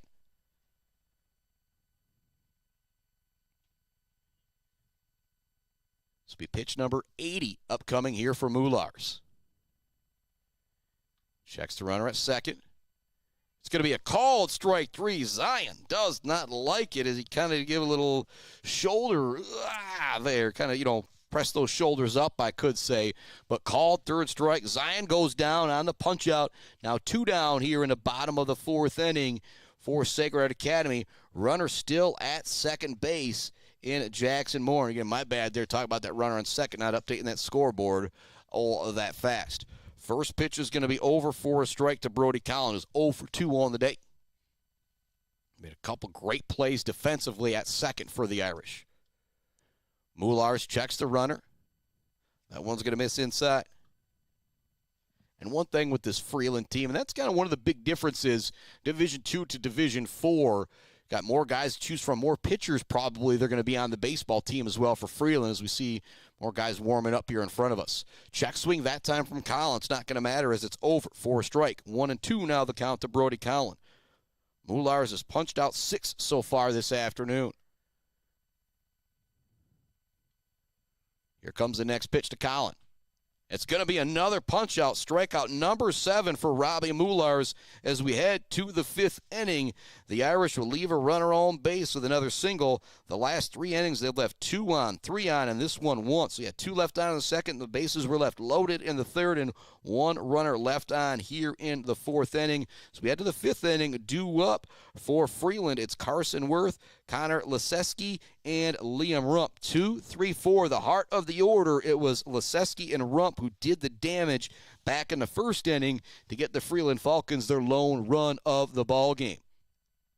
Top of the 5th inning, we're headed to 2-1 Sacred Heart Academy with the lead. Nate Gator Siler is back on the mound for the Irish. He has thrown 75 pitches. He's got 9 more outs that he needs to get. 30 pitches for that, right around the situation where you don't know if he'll be able to go the whole way or not. You go back to that last half inning in the 4th, it looked like he would. The first 2 pitches were lineouts, but then you had single, walk, infield single before Tucker Heilman lined out to left field to end that 4th inning. Looked like a dangerous situation. Great job by Siler getting out of the inning, leaving the bases loaded. Freeland has left some guys on the base path as well. 2 in the 1st, 1 in the 2nd, 0 in the 3rd, but 3 left on back in that 4th inning. Right at the top of the 5th inning, Sacred Heart Academy leads Freeland 2-1 here on the Mid-Michigan Sports Network. This would be a monster victory for the Irish. Yeah, they're number 1 in Division 4, but you're playing up 2 divisions against a ranked Freeland team, the state championship basketball team as well. At the plate is Carson Worth. He's going to take the first pitch. It's going to be over for a strike for Mr. Siler. If you're Siler, you know you want to finish this one as well against your summer coach, so you want to try and be efficient out there. But I think also, though, if you're Coach Davis, you're probably telling the guys of, hey, if we're patient, we'll probably see another arm in that 7th inning. 0-2 count. That one's just going to miss 1-2. Worth, the shortstop, is 0 for 2 on the day. He grounded out the 3rd and grounded out to the pitcher in the 1st and the 3rd. That one's just going to miss high. Trying to get Worth to chase that high heat. 2-2 now the count to Carson Worth as Siler's back on the bump, ready to work very quickly for the Irish. That one's going to miss inside. Worth had to duck out of the way of that one. Count now runs full. Siler with the first 2, great location, but missing with the last 3. This one's going to be fouled off. And this is what you want if you're Freeland, if you're trying to see another pitcher later in this game. If you're Sacred Heart, you want it to be Siler and Davis, you know, your 1-2 punch, but would you think about bringing in Davis in the 7th? This one's going to be roped here the near side, but it will go foul. Count will remain full at 3-2. Pitch number 8 of the at-bat upcoming here. Great job running up that pinch count by Carson Worth here on this one. Siler's back on the bump, ready to go. Worth digs back in at the plate on the right side. Here comes the pitch. It's going to be grounded towards 3rd. It's actually going to go off the foot of the batter, so they're going to say it was a foul ball. And I would say a fortunate foul ball, as Worth would have been out, but it went off the foot. As you often hear me say, he is a lot tougher than I am. That is the 3rd foul ball on a full count here. Pitch number 9 of the at-bat upcoming for Carson Worth. And he's going to go down swinging. Great job to continue to battle there by Gator Siler. As now his 4th punch-out of the ball game against this really good Freeland Falcon lineup. Now 1 out here. Top of the 5th inning. Bases empty for Connor Leseski. First pitch is going to miss. Leseski, 1 for 2 on the day. Going to send this one towards third. Not an easy play for Zeien. It's a long throw across the diamond, and he makes it. Leseski now 1 for 3 on the day. Did score the only run for Freeland back in the first inning after he doubled and was drove in by Liam Rump, who now steps to the plate. Rump 1 for 2 on the day. 2 down, top of the 5th inning. The Irish lead it 2-1. Siler winds and deals. First pitch is going to be ball 1 to Liam Rump.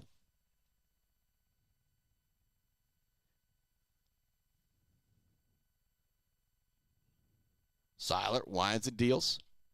Rump's going to take that one. It'll miss as well. 2-0 now the count to Liam Rump, wearing number 14, playing behind the plate for the Falcons. Siler ready to roll quickly. That one's also going to miss. 3-0 now the count to Liam Rump.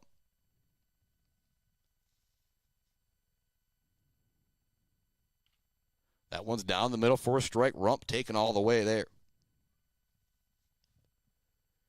2 down, top of the 5th inning. Irish lead it 2-1 against the Freeland Falcons. Monster matchup here today. Number 1 team in Division 4 taking on the number 12 team in Division 2. Siler winds and deals. The righty's going to miss with that one, and so it's going to be a walk with 2 outs. You know what? Freeland's done most of their damage with 2 outs. That first inning, when they got to run across, everything happened after 2 outs. And in the 4th inning, they ultimately left the bases loaded, but there was 2 down before they got anybody on. Pinch runner coming into the game for the Freeland Falcons to give the catcher a little bit of a break. Coming in to run, that's Cam Jamie over there. Nick Haas now stepping to the plate. It does look like we got a meeting of the minds now. Again, I haven't seen anybody warming up for Sacred Heart Academy on the far side of the diamond. I'm not expecting Siler to come out. He's pitched 91 here today, or thrown 91 pitches, I should say. Has 14 more to work with.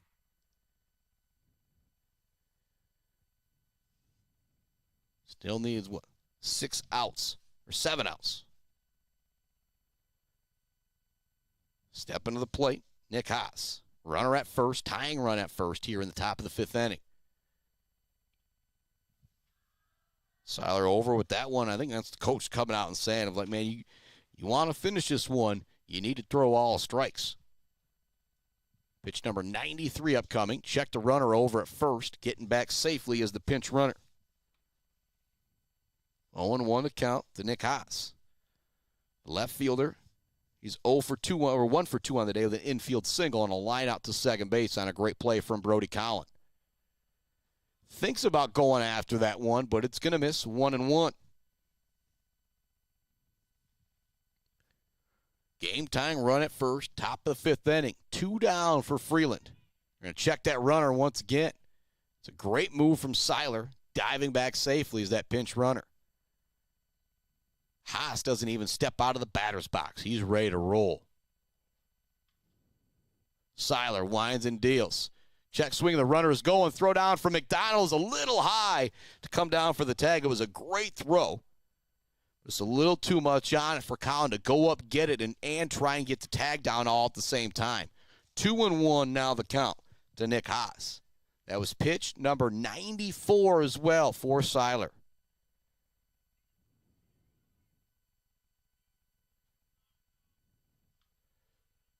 Siler checks the runner at second. Haas is going to foul this one off down the right field line. Going to run the count to 2-2. There's 2 down, runner on first base. Or pardon me, runner on second base. Didn't see exactly when he took that bag, but that's why I'd be a terrible baseball coach. I'll make that joke. That one's going to be a foul tip. And the count will remain 2-2. And you go back to the beginning of this inning, it was an 8-pitch at bat for Carson Worth before he ultimately went down on strikes. 96 now is where Siler is at.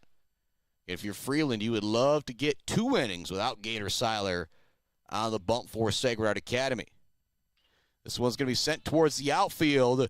Center fielder Tegan Duffy is going to be able to make the catch to end the inning. Big-time catch out there from Duffy on the move. So this fly out to center field will strand one more for the Freeland Falcons. We're heading to the bottom of the fifth inning. Due up for the Irish. It's Duffy, it's Davis, it's Siler, but Siler doesn't have a whole lot more left to come out within the sixth inning. We're going to take another break here on the Mid-Michigan Sports Network. When we come back, we'll see if the Irish can get a couple insurance runs, as Gator Siler might not be able to finish this game. Back with more Irish baseball right after this on the Mid-Michigan Sports Network.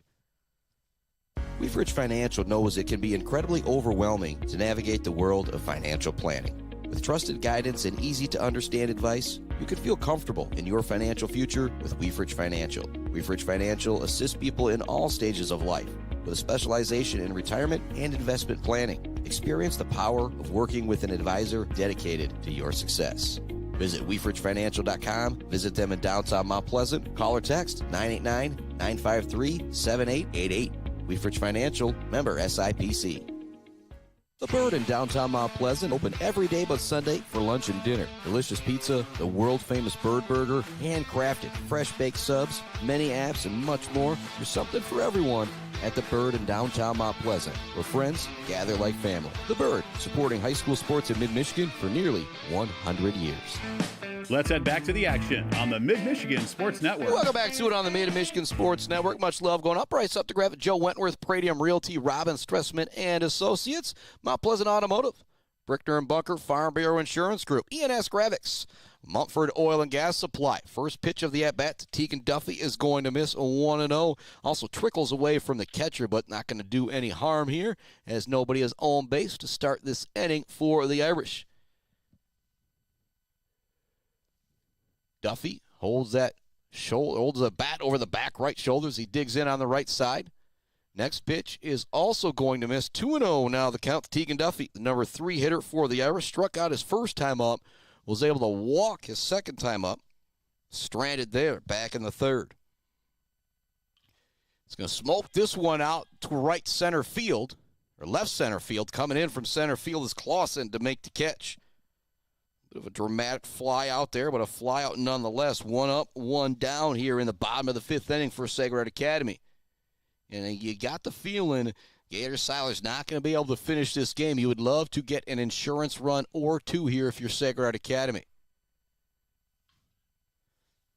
Now stepping in is Brady Davis. He's 2 for 2 on the day.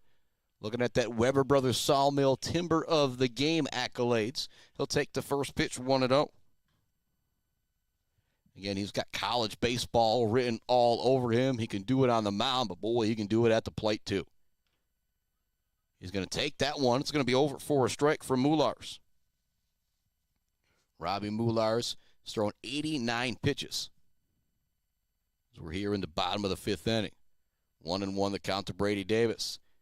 2-1 now the count. That one also gets away from the catcher. But again, no harm as there's nobody on right now. Bottom of the fifth inning. Irish lead it 2-1. They scored their 2 runs back in the second inning. Freeland scored theirs in the first. It's been a defensive battle since then. This one smoked out to right field, but it's going to be caught by Austin Hare. So the first time they were able to get Brady Davis not on the base path with the fly out to right field. There's now 2 down here in the bottom of the fifth inning. And if you're the Irish, you'd love to get that insurance run or 2. Well, Siler not able to finish this game. And it does look like we've got Noah Zeien off in the distance starting to warm up to possibly come into the game. And it's Siler now at the plate. He walked and scored a roll. Maxim Boykin-Lynch came in and ran for him. His position scored a run back in the second inning. He also reached via fielder's choice in the third and was stranded. First pitch is going to miss to Siler, 1-0 the count. Robbie Moulars, Gator Siler, the 2 pitchers going at it right here. They have been fantastic. 2-1 our score. Bottom of the fifth inning, there is 2 down. And nobody on for Sacred Heart Academy. Moulars is at pitch number 92. Siler's going to be right around 100 or so when we start back up here in the 6th inning. That one's going to miss. 2-0 the count.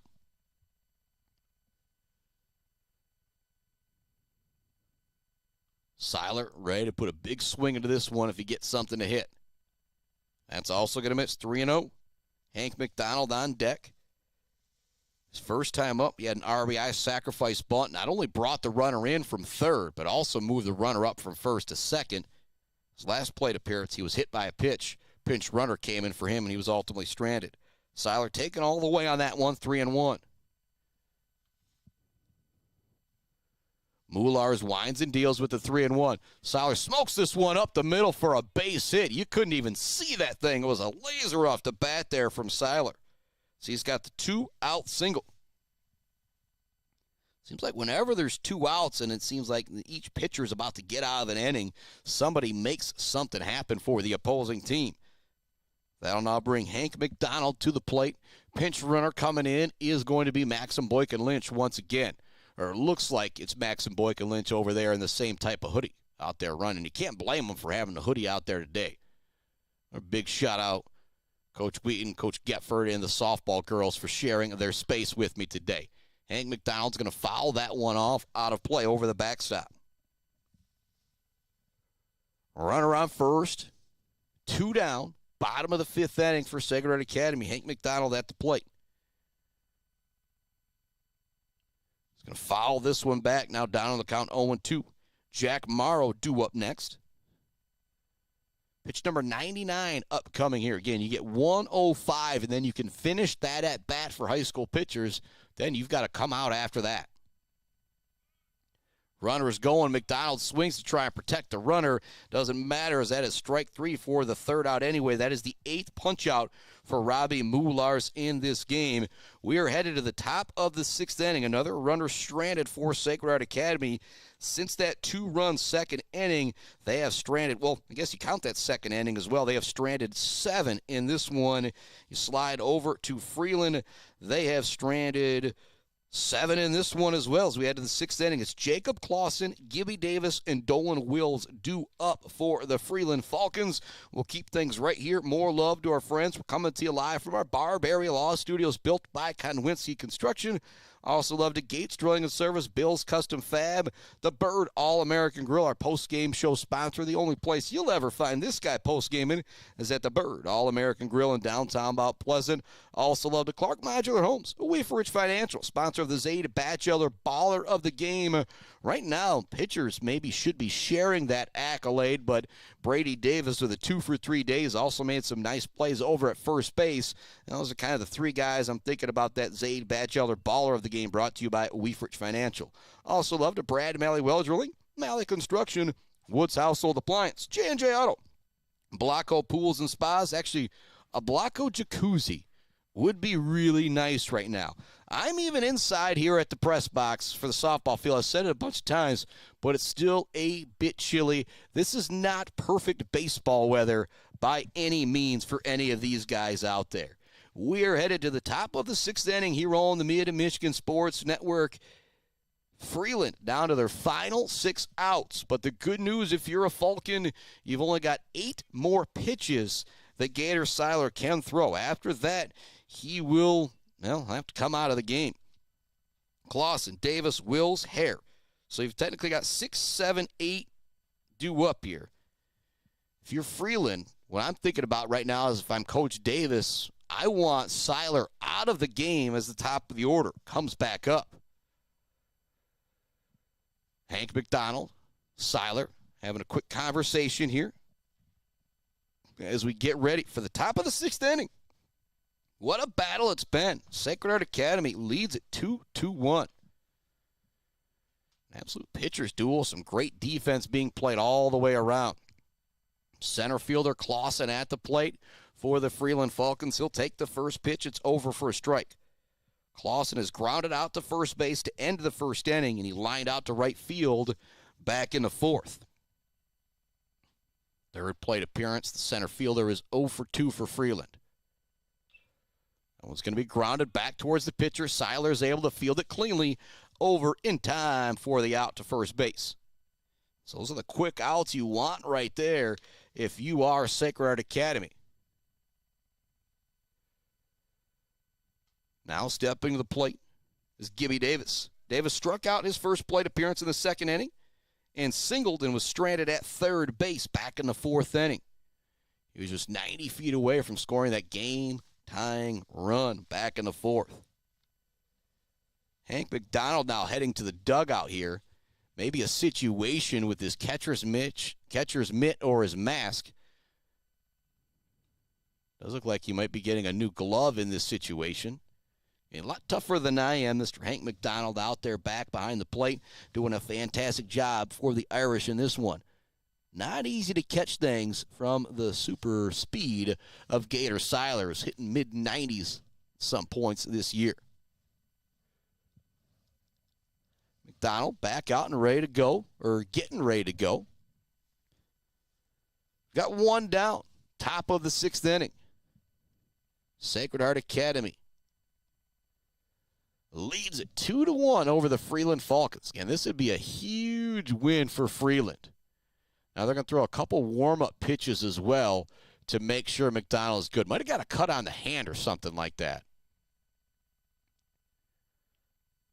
And these pitches you see Siler throwing aren't going to count against his pitch total. And as I look over there, this will be pitch 100 coming up, or maybe it just leave it at the 99, because I think that last one would have been 100. But you know the old Spockman math, never that great. That one's going to be a strike to Brady Davis. Or no, they're going to say it missed, 1-0. It does go to double zeros, and so pitch 100 now, 101 for Siler. Dolan Wills is on deck. That one's going to miss low. 2-1.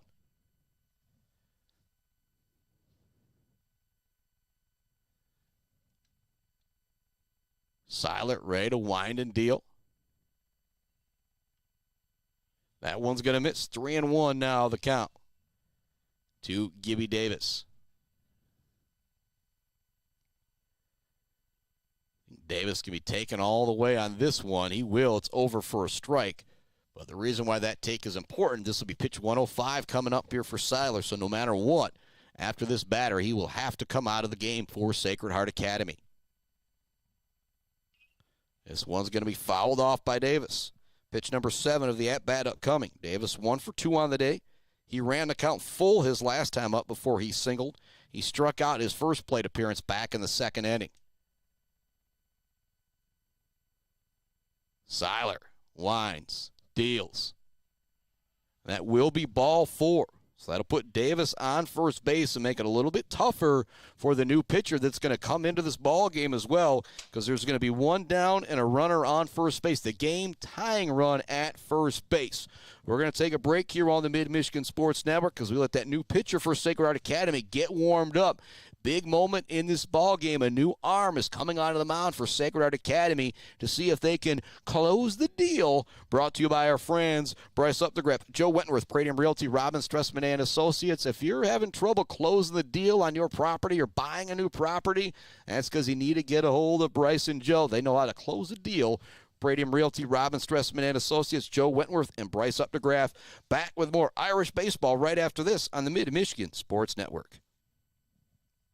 Hi, I'm attorney Joe Barbary. Just like doctors specialize in areas of medicine, at Barbary Law, we specialize in getting you the best possible results. If you've been injured by someone else's negligence, you owe it to yourself and your family to call our legal team. At Barbary Law, we focus on one thing, and that's getting you the compensation you deserve. Every case we take personally. My attorney is Joe Barbary. He can be yours too. Mumford Oil and Gas Supply is your one-stop shop for top-quality products and procurement in the Michigan oil and gas industry. With over 45 years of experience and a strong commitment to customer satisfaction, Mumford Oil and Gas Supply delivers the best solutions for your oil and gas production, drilling, and service needs. If you need it, Mumford Oil and Gas Supply can get it. Visit them on Fancher Day or give them a call at 989-317-8582. Let's head back to the action on the Mid-Michigan Sports Network. Welcome back to it on the Mid-Michigan Sports Network. Noah Zeien in the game for Sacred Heart Academy, taking over for Gator Siler in a really, really tough situation. One down, run around first base, top of the 6th inning with Sacred Heart Academy leading the game 2-1. The DH Dolan Wills heading to the plate. He had an infield single in the 2nd, and he walked in the 4th inning. Zeien checks that runner over at first, and the only defensive changes that you now have, you got Zeien at the pitcher's mound. Moving from short to third is Jackson Moore. Moving from pitcher to short is Gator Siler. Moving from third to pitcher, Noah Zeien. Checked the runner a couple times over at first, diving back safely. Is that looks like another pinch runner out there for Brady Davis. Again, we got 40 out there. I've got a 41 on my roster for Freeland, but not a 40. This one's going to be foul back, 0-1 account to Dolan Wills. 2-1 the score. One down. Runner on first. Top of the sixth inning here on the Mid-Michigan Sports Network. And big lead over at first. Zeien keeping a close eye over there with that quick move.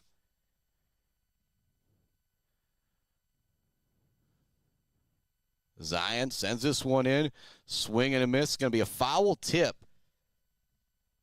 That's a big deal because it got away from the catcher for just a moment.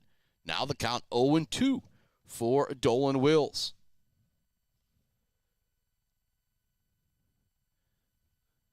Zeien checks that runner over at first. Winds and deals. It's going to be fouled off by Wills. The runner was going. Eventually see that runner going. It kind of makes you feel vindicated when you're Noah Zeien continuing to check that runner over at first base to keep him close. Count remains 0-2. Pitch number 4 of the at-bat upcoming here for Dolan Wills. Another check. They got him over at first. He continued to lean, and Zeien was able to pick him off. Big-time play. That is now 2 down. Nobody on base for Freeland. What a play from Noah Zeien. I talk about how difficult it is coming in here in the 6th with a runner on. Well, he says, you know what? I'm just going to pick that runner off, and then it won't matter. And the count is 0-2 to Wills. Nobody on base. What a big-time play right there. Bill's Custom fabrication of the game type play. And then there's the punch-out from Zeien as well to end up going a kind of old-fashioned 1-2-3 here in the 6th.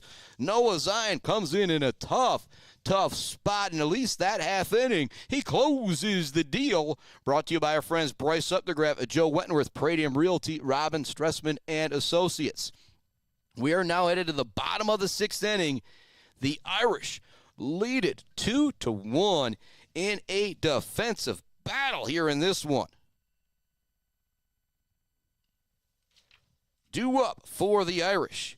It's Jack Morrow, Caleb Strauch, and Nico Vasquez. On the day, Morrow has had an infield single, and he struck out. Strauch is kind of similar fashion. He has struck out and had a single himself. Nico Vasquez behind them. He is technically 0 for 1 on the day as he tried to drop down a bunt and popped it out to first base. But his first plate appearance, he was able to draw a walk and was stranded back in the 2nd inning. 2-1. You got the number 1 team in Division 4 taking on the number 12 team in Division 2. Sacred Heart Academy with a 2-1 lead over Freeland. Sacred Heart scored in the 2nd. Freeland scored way back in the 1st inning. Since then, it has been defense, defense, defense. The pitching has been great, but the ball's also been put in play a lot. Robbie Mullars struck out 8. The combination of Siler and Zeien struck out 5. Jack Morrow stepping to the dish for Sacred Heart Academy as Earl Hartman heads down the 3rd baseline. Legendary coach. Okay, you think about the coaching we got, baseball and softball. All the coaching in the area is great, but baseball and softball, I feel like Central Michigan, Mid-Michigan is the premier area for high school baseball and softball. Morrow stepping on the dish, wearing number 8. Playing out in the right field for the Irish. We do have a new pitcher into the game for the Freeland Falcons. First one misses 1-0. And out there pitching now for Freeland is going to be Alex Schutte. Second one also missed tomorrow, 2-0. That one's also going to miss, 3-0 the count to Jack Morrow. And you think about how difficult the situation is to come into these games and pitch. You see it right here with 3-0 count. Zeien just Talks about how much more important what he did coming in throwing strikes right off the get-go. And that will be ball 4 for Morrow, a 4-pitch walk. Now to bring Caleb Strouk to the plate. Now could have actually a pinch hitter coming in this situation as Coach Hartman heads towards home plate to talk with the home umpire. See what the exact situation is here. But Morrow's at first base. There's nobody down in the bottom of the 6th inning for Sacred Heart Academy. Freeland is down to their final 3 outs, but getting an insurance run or 2 could be huge for Sacred Heart Academy. Hartman and the home plate umpire still having a conversation.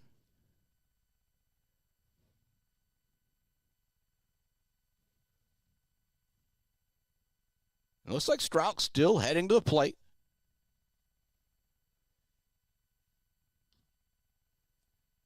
You're not exactly sure what's going on there. Again, we're not behind home plate. We're way off over here. It's a softball press box. And thank you to them for sharing with me. This would have been a really tough, windy broadcast if we were out in the elements. Now, it does look like we have a pinch runner coming into the game for Sacred. Again, Coach Hartman, umpire still having a conversation. Now Coach Hartman talking with Caleb Strouk behind the plate. If you're the Freeland pitcher on the mound, Shooty, you're saying, man, let's keep it rolling here. I'm getting a little cold. Shooty now on the bump, Rump behind the plate.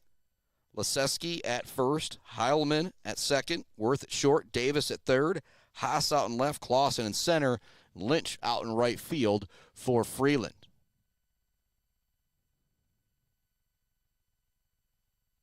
Now it looks like we're ready to rock and roll, and we do have a runner out there. Again, same hoodie, it appears. It's Maxim Boyk and Lynch across the way, unless Jack Morrow went and borrowed the hoodie from him. And he's going right away on the bunt. The pitcher falls down off the mound. They will get the out in time at first on the sacrifice bunt, but moving up to second base on the sacrifice is Maxim Boyk and Lynch. Great job getting down the bunt there by Caleb Strouk. Now a runner on second, 1 out here in the bottom of the 6th inning. At the plate, Mr. Nico Vasquez. He has walked and popped out on a bunt attempt his 2 plate appearances. First pitch is going to be over for a strike to Vasquez. 1 down, bottom of the 6th inning. The Irish lead it 2-1, trying to close the deal in this one against the number 12 team in Division II, the Freeland Falcons. That one misses 1-1 now, the count to Vasquez.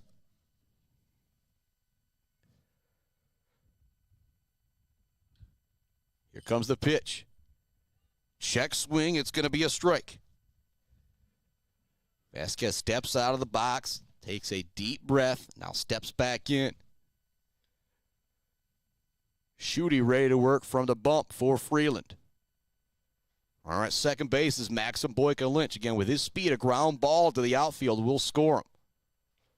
Big cut that time for Vasquez. He's going to go down on strikes. Big punch out there from Shooty for the second out here in the bottom of the 6th inning. Runner remains at second base. Back to the top of the order with Noah Zeien. He's reached base. Well, I guess it was the end of the 2nd inning, so he's technically 0 for 3 on the day. Speedy Zeien digging in on the right side. With those 2 outs, that runner at second, he still could drop down a bunt here. He's going to take the first pitch for ball 1. 2-1, Sacred Heart Academy with the lead. Bottom of the 6th inning. Siler was great, but he had to come out. 1 out in the 6th. Zeien got the final 2 outs of that 6th inning. Big lead for Boyk and Lynch. Almost gets caught at second base, leading a little too far. Shooty has the ball back on the bump. Kind of working his way around. Again, it's cold out there if you're in the field for quite some time. So all the coaches out there in their jackets on this Thursday. That one's going to miss high. 2-0 now the count to Noah Zeien. Last thing you want to do is put Noah Zeien on with his speed with Brody Collin coming to the plate. Lynch with a decent lead out at second base. Just kind of daring them to check. Here comes the pitch. It's going to miss low. 3-0 now the count to Noah Zeien.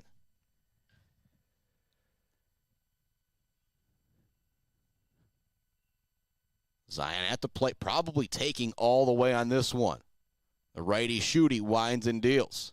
That's going to miss inside. It's ball 4. The second walk surrendered this half inning from Shooty after he came in to replace Robbie Moulars. Now at second base is Maxim Boykin-Lynch. At first base is Noah Zeien. That's a lot of speed. If you're Colin and you send one to the gap here, Noah Zeien will be able, well, most likely will be able to score from first. Brody Collin digs back in on the right side. He's 0 for 3 on the day. Now going up against a new pitcher, no longer Robbie Moulars, who maybe had his number. It's going to take the first pitch. It's going to be over for a strike. 2 down, 2 runners on. Bottom of the 6th inning. The Irish lead it 2-1 over Freeland. They're going to say that's over for a strike, too, so now the count quickly 0-2. Shooty takes a moment, takes off the glove. Back onto the mound to gather himself. Collin ready for the pitch. Runners at first and second here for Sacred Heart Academy. Bottom of the 6th inning. They lead it 2-1, looking to tack on an insurance run. Collin's going to foul this one off out of play to stay alive at the plate. On deck is Tegan Duffy. Technically 0 for 2 on the day, but he's also walked. Behind him is Brady Davis, who's been the best hitter in this game for either side, who's 2 for 3 on the day. The double and a run scored. Shooty checks the runners, winds and deals. That one's going to be high. Good eye from Brody Collin at the plate. 1-2 now the count. Make sure you join me tomorrow around 11 a.m. or so. Plan on going live from the Polecat. Bubba McLean, Dan Pohl, the Oiler 36. I'm not going to be following the golfers around, but we're just going to be shooting the breeze about all kinds of sports. Sounds like Jason McIntyre is going to be able to be there to come out and talk about the new regional seeding for the high school football playoffs. Foul off there again by Collin. It's the second time he's fouled off a 2-strike pitch. The count remains 1-2, but we've got pitch number 6 of the at-bat upcoming here for Brody Collin. In the bottom of the 6th inning with 2 runners on for the Sacred Heart. They lead it 2-1. That one's going to miss. 2-2 now the count to Brody Collin. And Tegan Duffy on deck, licking his chops, hoping he gets a chance with the bases loaded. Hartman with some instructions to his base runners. This one's going to be fouled off again by Collin at the plate. He just continues to battle up there. Pitch number 8 of the at-bat upcoming here.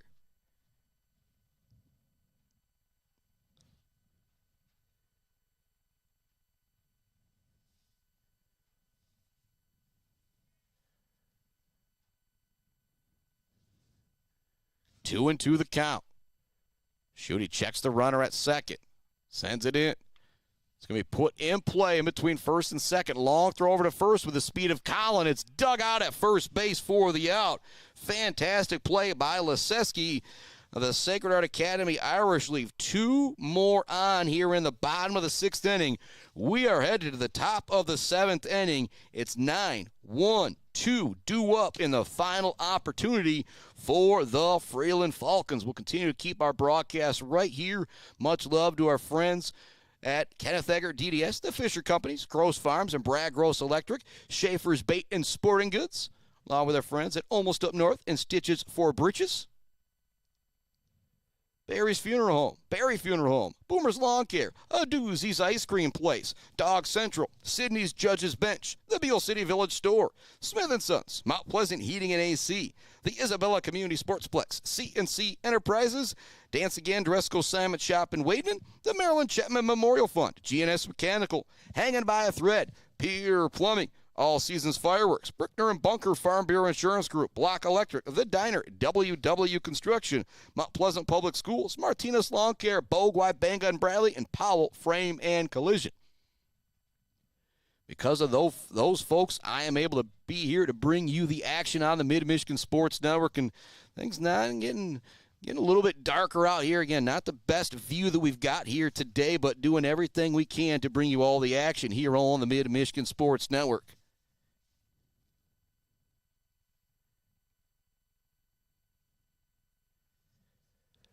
Noah Zeien out there trying to close the deal for Sacred Heart Academy. But it is going to be a tough, tall order as you've got 9, 1, and 2 coming up. Austin Hare is 1 for 2 on the day, struck out. And in the 4th inning, let's see here again, talk about running up that count for each pitcher. In the 4th inning, it was an infield single on the 8th pitch of the at-bat for Austin Hare. Here we go, top of the 7th inning. The Irish looking to close it out in a big win against the Freeland Falcons. First pitch is going to miss to Austin Hare, 1-0. Tucker Heilman, Carson Worth due up.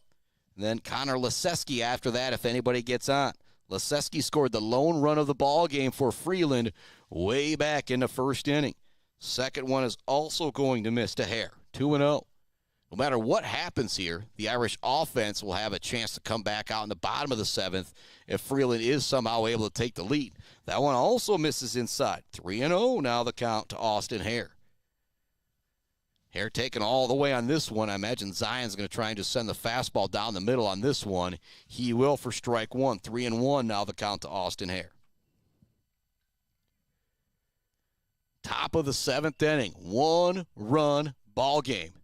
Swing and a miss that time. That's now going to run the count full. Great job by Zeien battling back from 3-0 to now 3-2. The senior superstar winds and deals. He's going to get this one fouled off. 7th pitch of the at-bat upcoming here. Hare digs back in on the right side. This one's going to be sent towards left field. Trying to make the catch is Vasquez. It's going to get by him and might get up against the wall as well.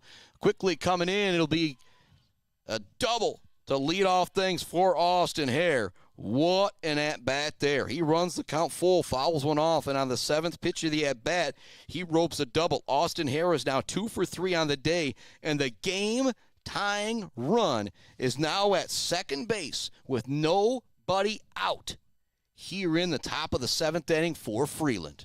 And you've got Tucker Heilman at the plate, who you could say is due. 0 for 3 on the day. Leadoff hitter for Freeland at the plate. Zeien checks the runner at second. Siler dancing behind him to make him think. First pitch is going to be high and inside.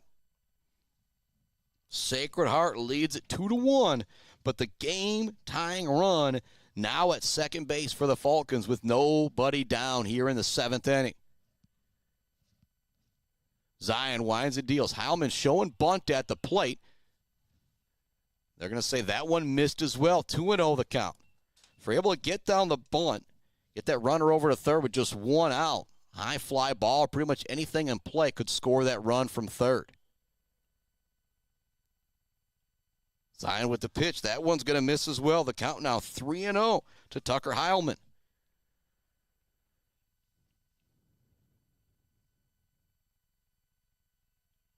Heilman, leadoff hitter, could also have the green light here in this 3-0 situation. He will be taken all the way, and it's down the middle, 3-1 now the count. We're in the top of the 7th inning. Sacred Heart Academy leads it 2-1. Tying run at second base for Freeland, and nobody out, and that will be ball 4, just missing the zone high for Zeien. So now runners at first and second for the Falcons. The go-ahead run now on base for Freeland. Stepping to the plate is going to be Carson Worth. He's 0 for 3 on the day. He's grounded out to third base, grounded out back to the pitcher, and struck out his last plate appearance back in the 5th inning. Runners at first and second for Freeland. Top of the 7th inning. Nobody out. Zeien in the circle. McDonald behind the plate. Davis at first. Collin at second. Siler at short. Over at third is Moore. This bunt's going to be popped up. McDonald tried to get a good jump on it, but it goes up against the fence quickly. I mentioned Moore at third. Siler at short. Vasquez out in left. Duffy in center. Morrow out in right field. Count 0-1 to Carson Worth. Worth takes a couple big practice swings, looking down to Coach Davis on the third baseline. steps back in, the shortstop, 0 for 3 on the day. Zeien steps off the rubber, wants to rethink things for a moment. 2 on, nobody out. 1-run game here in the 7th inning. Zeien checks the runners, winds and deals. Swing and a miss, not able to catch up with the smoke that time from Zeien. The count now 0-2.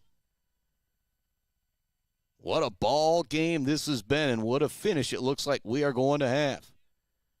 There's nobody out. The game-tying run is at second base. It's an 0-2 count to the number 2 hitter, who's also wearing number 2, Carson Worth. Aiden Mendel would say a whole lot of 2s out there. Shout out to Bogwai, Banga, and Bradley.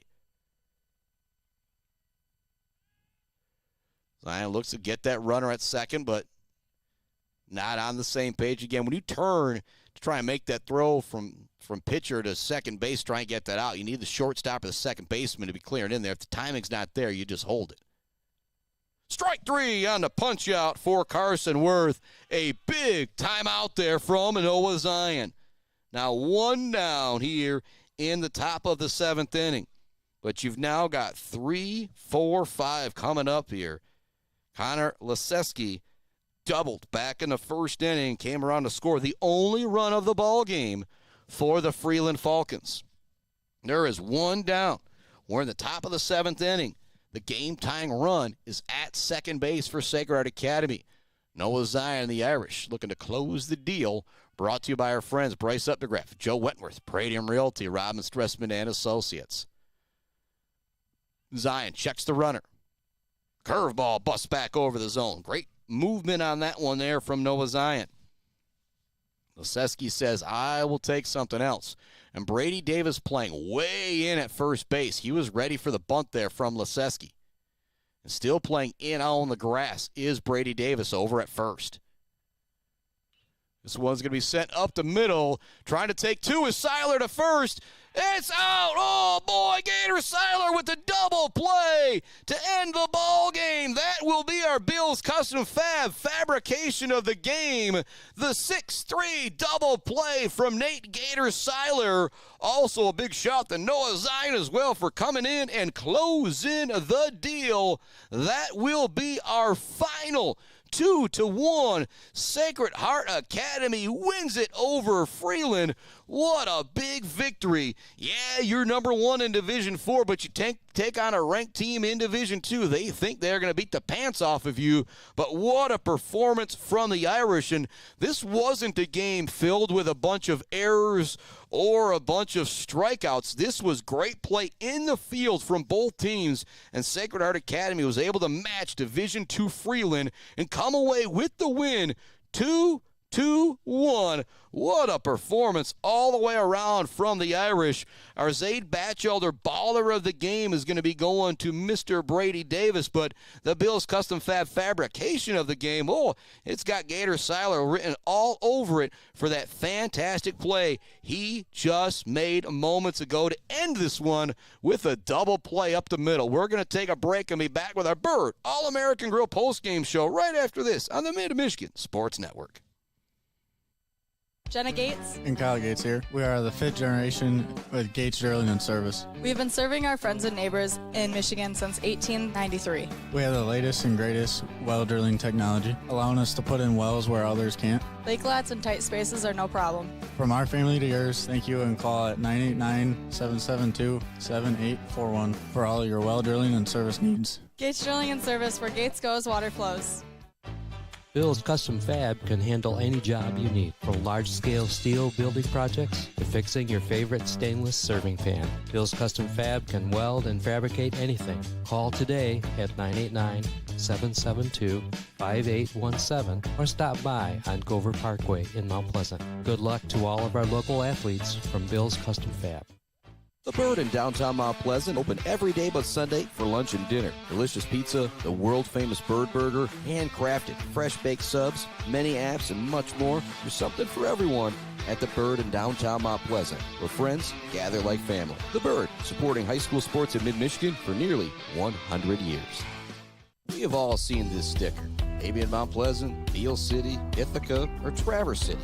There is a reason you see that sticker everywhere. That's because Dick Silva Auto Sales has been selling sharp used cars and trucks for 3 generations. Stop in to see the Silva family in downtown Shepherd for your next low-mileage, immaculate car and see why they're known for over 40 years of fantastic customer service. Or you can view their inventory now at DickSilvaAutoSales.com. Dick Silva Auto Sales, selling sharp used cars and trucks and supporting sharp student-athletes. Powell Frame and Collision knows we all spend a lot of time looking out the windshield. So if yours gets cracked, dented, damaged, or destroyed, Powell Frame and Collision, along with their expert collision service, now offers expert auto glass replacement. Working with insurance, they can replace all makes and all models, including new advanced driver assistance system windshields. Mention you saw this ad and you can get $100 off of your windshield replacement. Powell Frame and Collision, downtown Shepherd. For over 4 decades, ENS Graphics has delivered confidence, trust, and peace of mind by providing their customers with expert service and using state-of-the-art technology. We all know in sports, what's on the inside counts the most. But when it comes to your business, school, organization, what's on the outside does matter. If your business needs anything printed, ENS Graphics can do it. If you want your club, team, organization to look good, ENS can help with that. They take your vision and make it their mission. ENS Graphics, a proud supporter of the Mid-Michigan community and their local athletes. Visit ENS Graphics at their location down in Ithaca or visit their website at esgraphics.com. ENS Graphics, printing all things physical. Let's head back to the action on the Mid-Michigan Sports Network. Welcome on into the Bird Bar and Grill post-game show. What a battle this one was. 2-1. The final. Sacred Heart Academy with the victory over Freeland. And the type of game you don't see. This reminds me of like a 10-7 defensive battle in high school football. You just don't see it very often. Just good defense being played all the way around. I don't know if either team committed an error this entire game. When you talk about high school baseball, high school softball, that just does not happen a whole lot. Fantastic play all the way around. These are 2 teams that are going to have chances to go really, really deep in their respective playoff divisions because they can field it. They have got pitching. And, again, I didn't see a whole lot of hitting today, but I think a lot of that was because the play on the field. You look at Gator Siler and Noah Zeien combined for, 6 strikeouts, I believe. I believe you got 8 punch-outs as well from the other side. So a lot of balls put in play, a lot of great defense played in this one. Our final 2-1, Sacred Heart Academy with the victory over Freeland. What a statement victory for the number 1 team in Division 4, playing up 2 divisions and beating a ranked team, the number 12 ranked team in Freeland. Zaid Batchelder, baller of the game. Weber Brothers Sawmill, timber of the game. J&J Auto collision report. Mumford Oil and Gas Supply, drill of the game. Yeah, all that stuff. Going to Mr. Brady Davis. He was 2 for 3 on the day, but he was the guy that kind of got it going for the Irish. In the second inning, he led things off with a double. Gator Siler walked. Then Hank McDonald had just an unbelievable sacrifice bunt that allowed Baxton Boykin Lynch, who came in to run for Siler, to move up to second and allowed Brady Davis to come in from third to home. Infield single. Allowed, Jack Morrow, I believe that was what allowed Boykin Lynch to come in and score. Great performance from the Irish. They scored 2 in the second inning. Then don't need anything after that. And you think, yeah, because Gator Siler struck out a bunch. No, it's because he pitched to contact and had great defense behind him. What you absolutely dream of if you are head coach Earl Hartman. The Irish with a statement victory, taking out a ranked team in Division 2, 2-1. They beat Freeland. What a ball game this was. Again, you see those 2-1 scores. Doesn't happen a whole lot. Games going 7 innings, especially when teams are putting the ball in play. Those errors, those runs usually pile up. But just again, said it a bunch. I'll continue to say it. What a great defensive game all the way around from Sacred Heart Academy and Freeland. The Irish win it 2-1. Our final play of the game was the Bills' custom fabrication of the game. A 6-3 double play. It was a hard shot hit right up the middle for the Freeland Falcons by Mr. Connor Leseski. But there was Gator Siler to step on second base and make the throw in time over to first for the out to end the game. The Irish win it 2-1. Bill's Custom Fab fabrication of the game. The double play to end the game from Gator Siler and Brady Davis. Brady Davis, our Zaid Batchelder, baller of the game, brought to you by Weefrich Financial, going 2 for 3 at the plate with a double, a blast out to the wall, and also scoring the first run of the game for the Irish. The Irish win it 2-1 over Freeland in a defensive battle. Chris Bachman signing off for now. I'll be back with you tomorrow, broadcasting live at the Oiler 36 at the Polecat. Just shooting the breeze, having some fun. Dan Pohl's going to be there. Hopefully Jason McIntyre will be there. Bubba McLean's going to be there. Maybe some other special guests as well. Possibility of Carrie Hamill stopping by, talk some track and field. Ryan Dukes, the track and field coach here at Sacred Heart Academy. It's going to be a lot of fun. If you've ever, wanted me to do like a daytime talk show about local high school sports, that's what tomorrow will be. Make sure you join us. But our final here, Sacred Heart Academy 2, Freeland 1 in a defensive battle on the Mid-Michigan Sports Network. Chris Bachman signing off on the Mid-Michigan